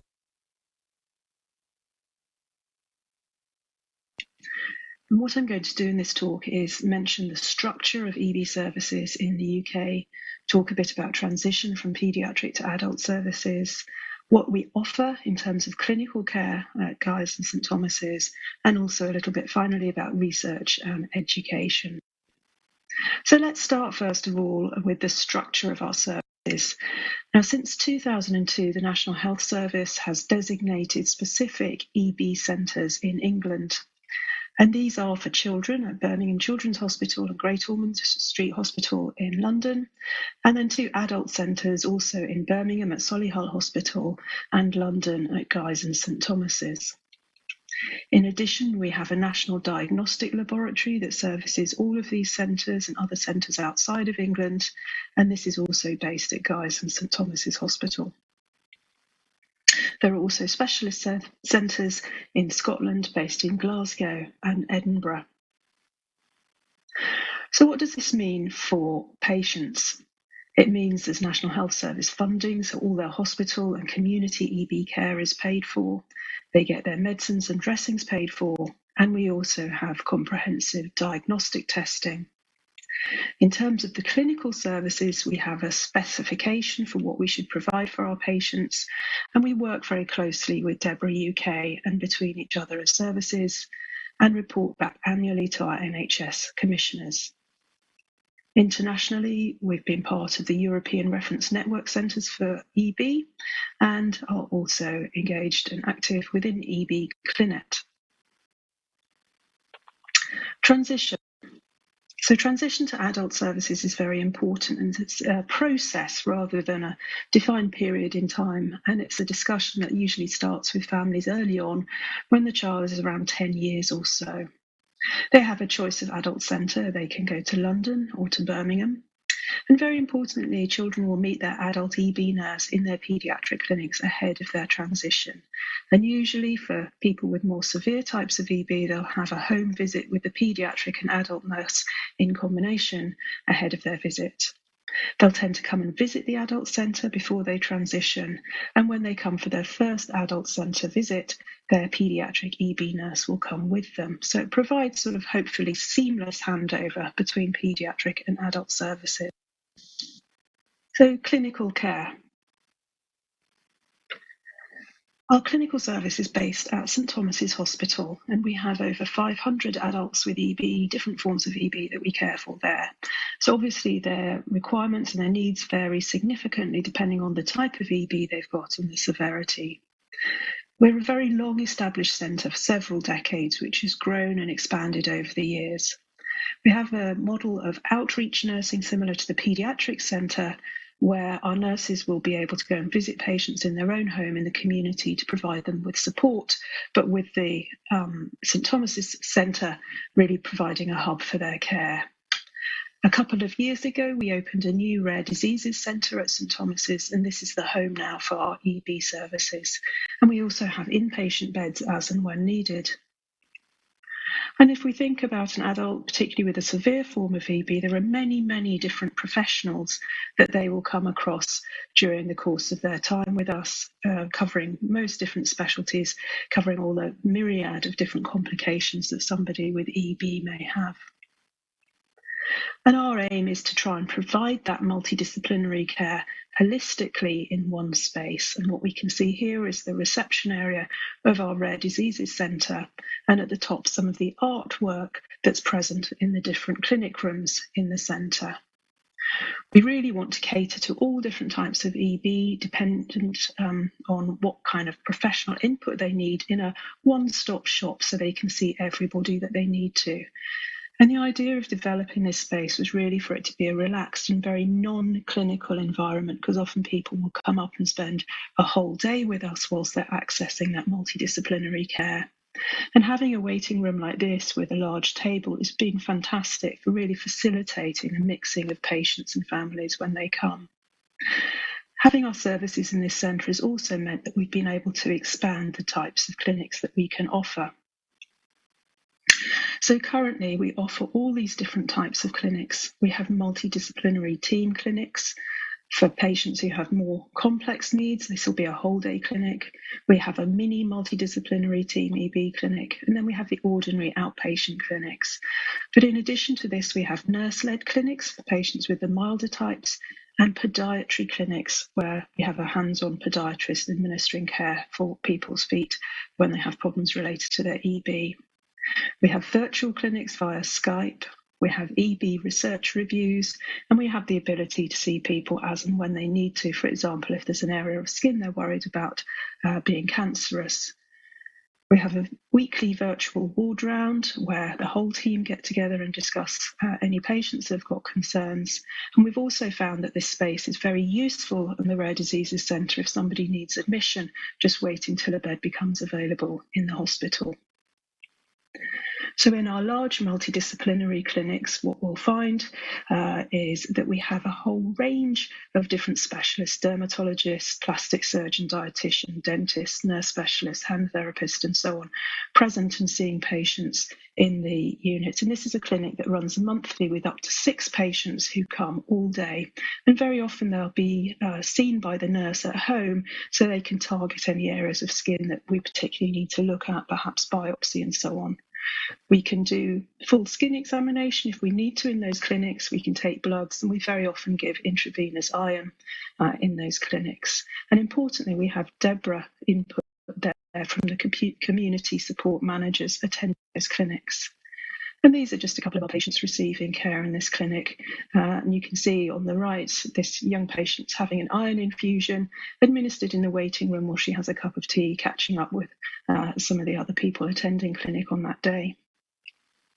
The mini MDT clinics are similar. These are once or twice monthly, and it's a half-day clinic, but with largely the same kind of input as in the larger all-day clinics. In our ordinary EB outpatient clinics, we may see 30 to 40 less complex patients. They're seen by a dermatologist, nurse specialist, dietitian, and again with DEBRA support.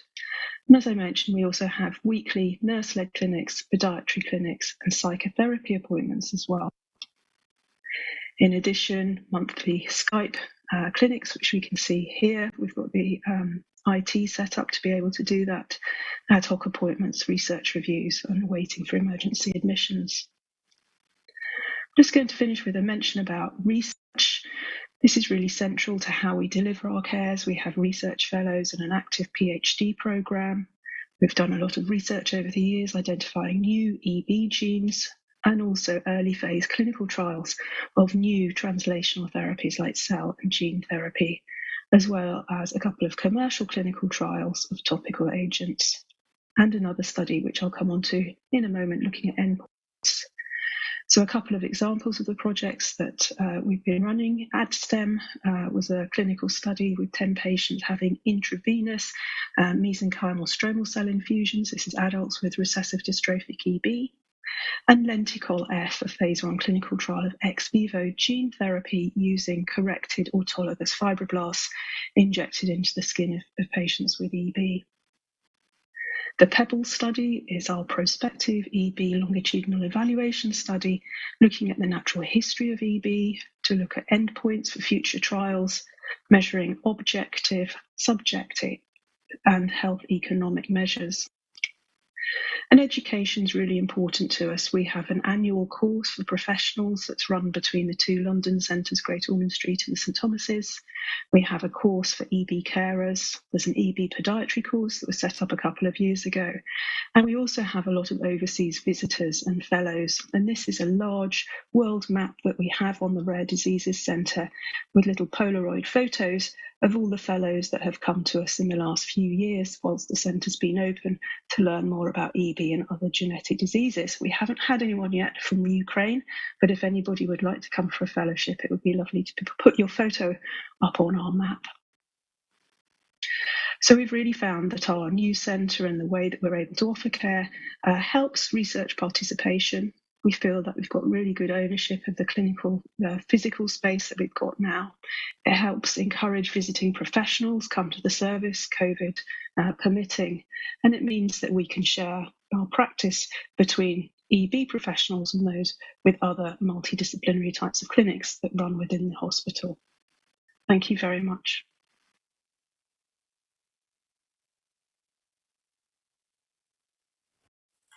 Дуже вдячні Джеміма Мелеріо. Jemima Milerio, thank you very much. That's a wonderful presentation. Impeccable from the point of view of your experience, how it is structured in one of the most experienced practice on EB, a very high level of care provision and clinical studies and research, a big database of patients, not only from UK, but from all over the world. All right, so we are completing our panel session on managing patients with EB, and we would like now to talk what can be done in Ukraine, what are the challenges, how is it better to organize our practice of care provision to patients with EB, as long as our international speakers who participated in our session were at work, and it was not very good to connect for them at that time. So we decided, so we will discuss these issues internally. And that's why for this discussion, I have invited Ina Gedeon for live discussion of Ukrainian challenges. My first question and great challenge. We know that butterflies are those children who already are born in with EB that is manifested in the first days, and it's not always Inna quickly knows about such cases. So we have a challenge of communicating and cooperating with regional clinics and maternity hospitals. Can you tell us, Ina, what's the situation now? Maybe something has changed to the better, and what could be done in order to eradicate this problem, so for people to refer patients to you as soon as possible? Yes, we still have a problem with regards to referring newborns to us right away and contacting, because the diagnosis is not made right away in different clinics. And number two, they have their own view of managing the disease, and usually surgeons are trying to manage that. So they do bandages, complete sedation, and the wounds are very dry, and these children are in incubators or they're naked, and that traumatizes skin even more. New eruptions develop, so the overall condition worsens, and the hospitalization time increases for such children. Of course, with each year, there is more and more hospitals and maternity hospitals who cooperate with us, because people see the results, because they are managed, when children are managed correctly, they go home very quickly, and we teach them how to do right bandages, and very often parents are involved if it's not a severe case, and for better healing, stabilization of condition, monitoring home at a baby at home. So that's better done at home to avoid hospital microbial flora. How quickly we can improve that situation, I really don't know. Probably it's complicated. We are all afraid of new and unknown. So partially I understand those doctors who do not contact us right away, but those who had the opportunity to listen to us, who has contacts with us, who saw the results of treatment of such patients, so they either refer their patients to our center, and we were managing the patients, and only after that we were able to let them go home, because there were multiple skin impairments, areas that are impaired. Again, because in other hospitals they are lying naked in just an incubator, when there is even more traumatization was done. So when a child was lying naked and the baby was just rubbing one leg against the other, and then the skin was injured. So it's very difficult after such cases to manage. It's very prolonged bandaging, and it's difficult. And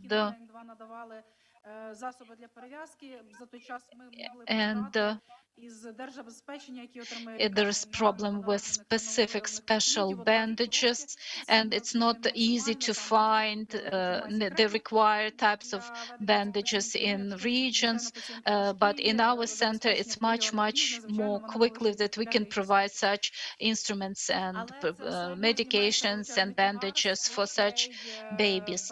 So again, referring to us is a big relief, because when parents receive whatever they need, especially the bandages, so the more doctors we involve into our seminars, trainings, the higher is the chance that we can quickly discharge the baby back home, to train parents, to get them adjusted, adapted, to teach them how to take care of those babies in the correct way, to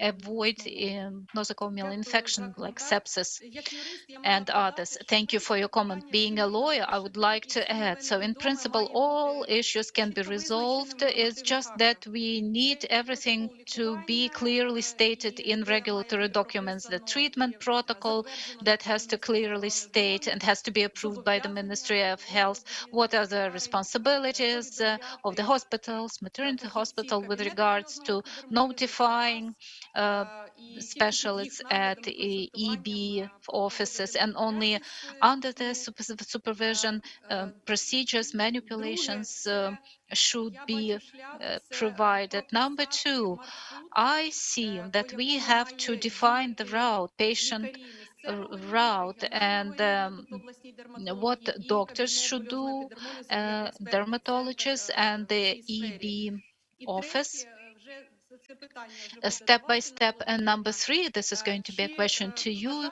Inna. I believe it's not enough if there is, we have not enough communication between doctors, dermatologists in Ukraine. And actually, there is a clinical network of EB specialists. Do you plan to develop your own communication platform or group or network in order to very quickly communicate on cases like that and be in touch with local doctors?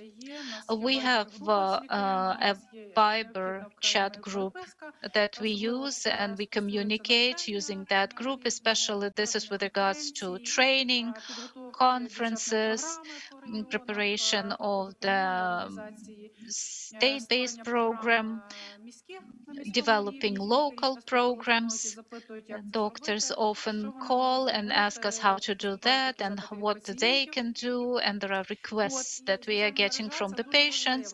And of course, network is really important. So the more we have the teams increasing, spreading of number of specialists providing EB care, the bigger is the network itself. With regards to dermatologists, I wouldn't say it's just the problem with dermatologists, it's the whole overall medical problem. Every specialist would say that not enough communication, ability to discuss difficult cases with other specialists and regions. Probably the biggest problem is just to recognize the problem and ask for help. But I don't see why that is a problem. We are all human. That's why it's very human just to err. But the most important thing is not making our patients suffer because of that. So it's always better to communicate, talk. We will always give a piece of advice, send some interesting necessary information. So all that should be included into the updated protocol, the updated guideline. There is lots of updated guidelines about different complications of EB provided by developed by DEBRA International, and the main guideline on wound management is officially translated, the latest consensus as of 2016. And so we are planning to add to that information to the updated protocol, and specialists will open a new section and see the new information. You shouldn't read everything. You have to understand the general problem and your specialization, your part. It's very important. Thank you. And being a mother, being the representative of the patient community of butterfly children, I can tell that thanks to mothers who have traveled to newborn with EB, who have come to the hospitals.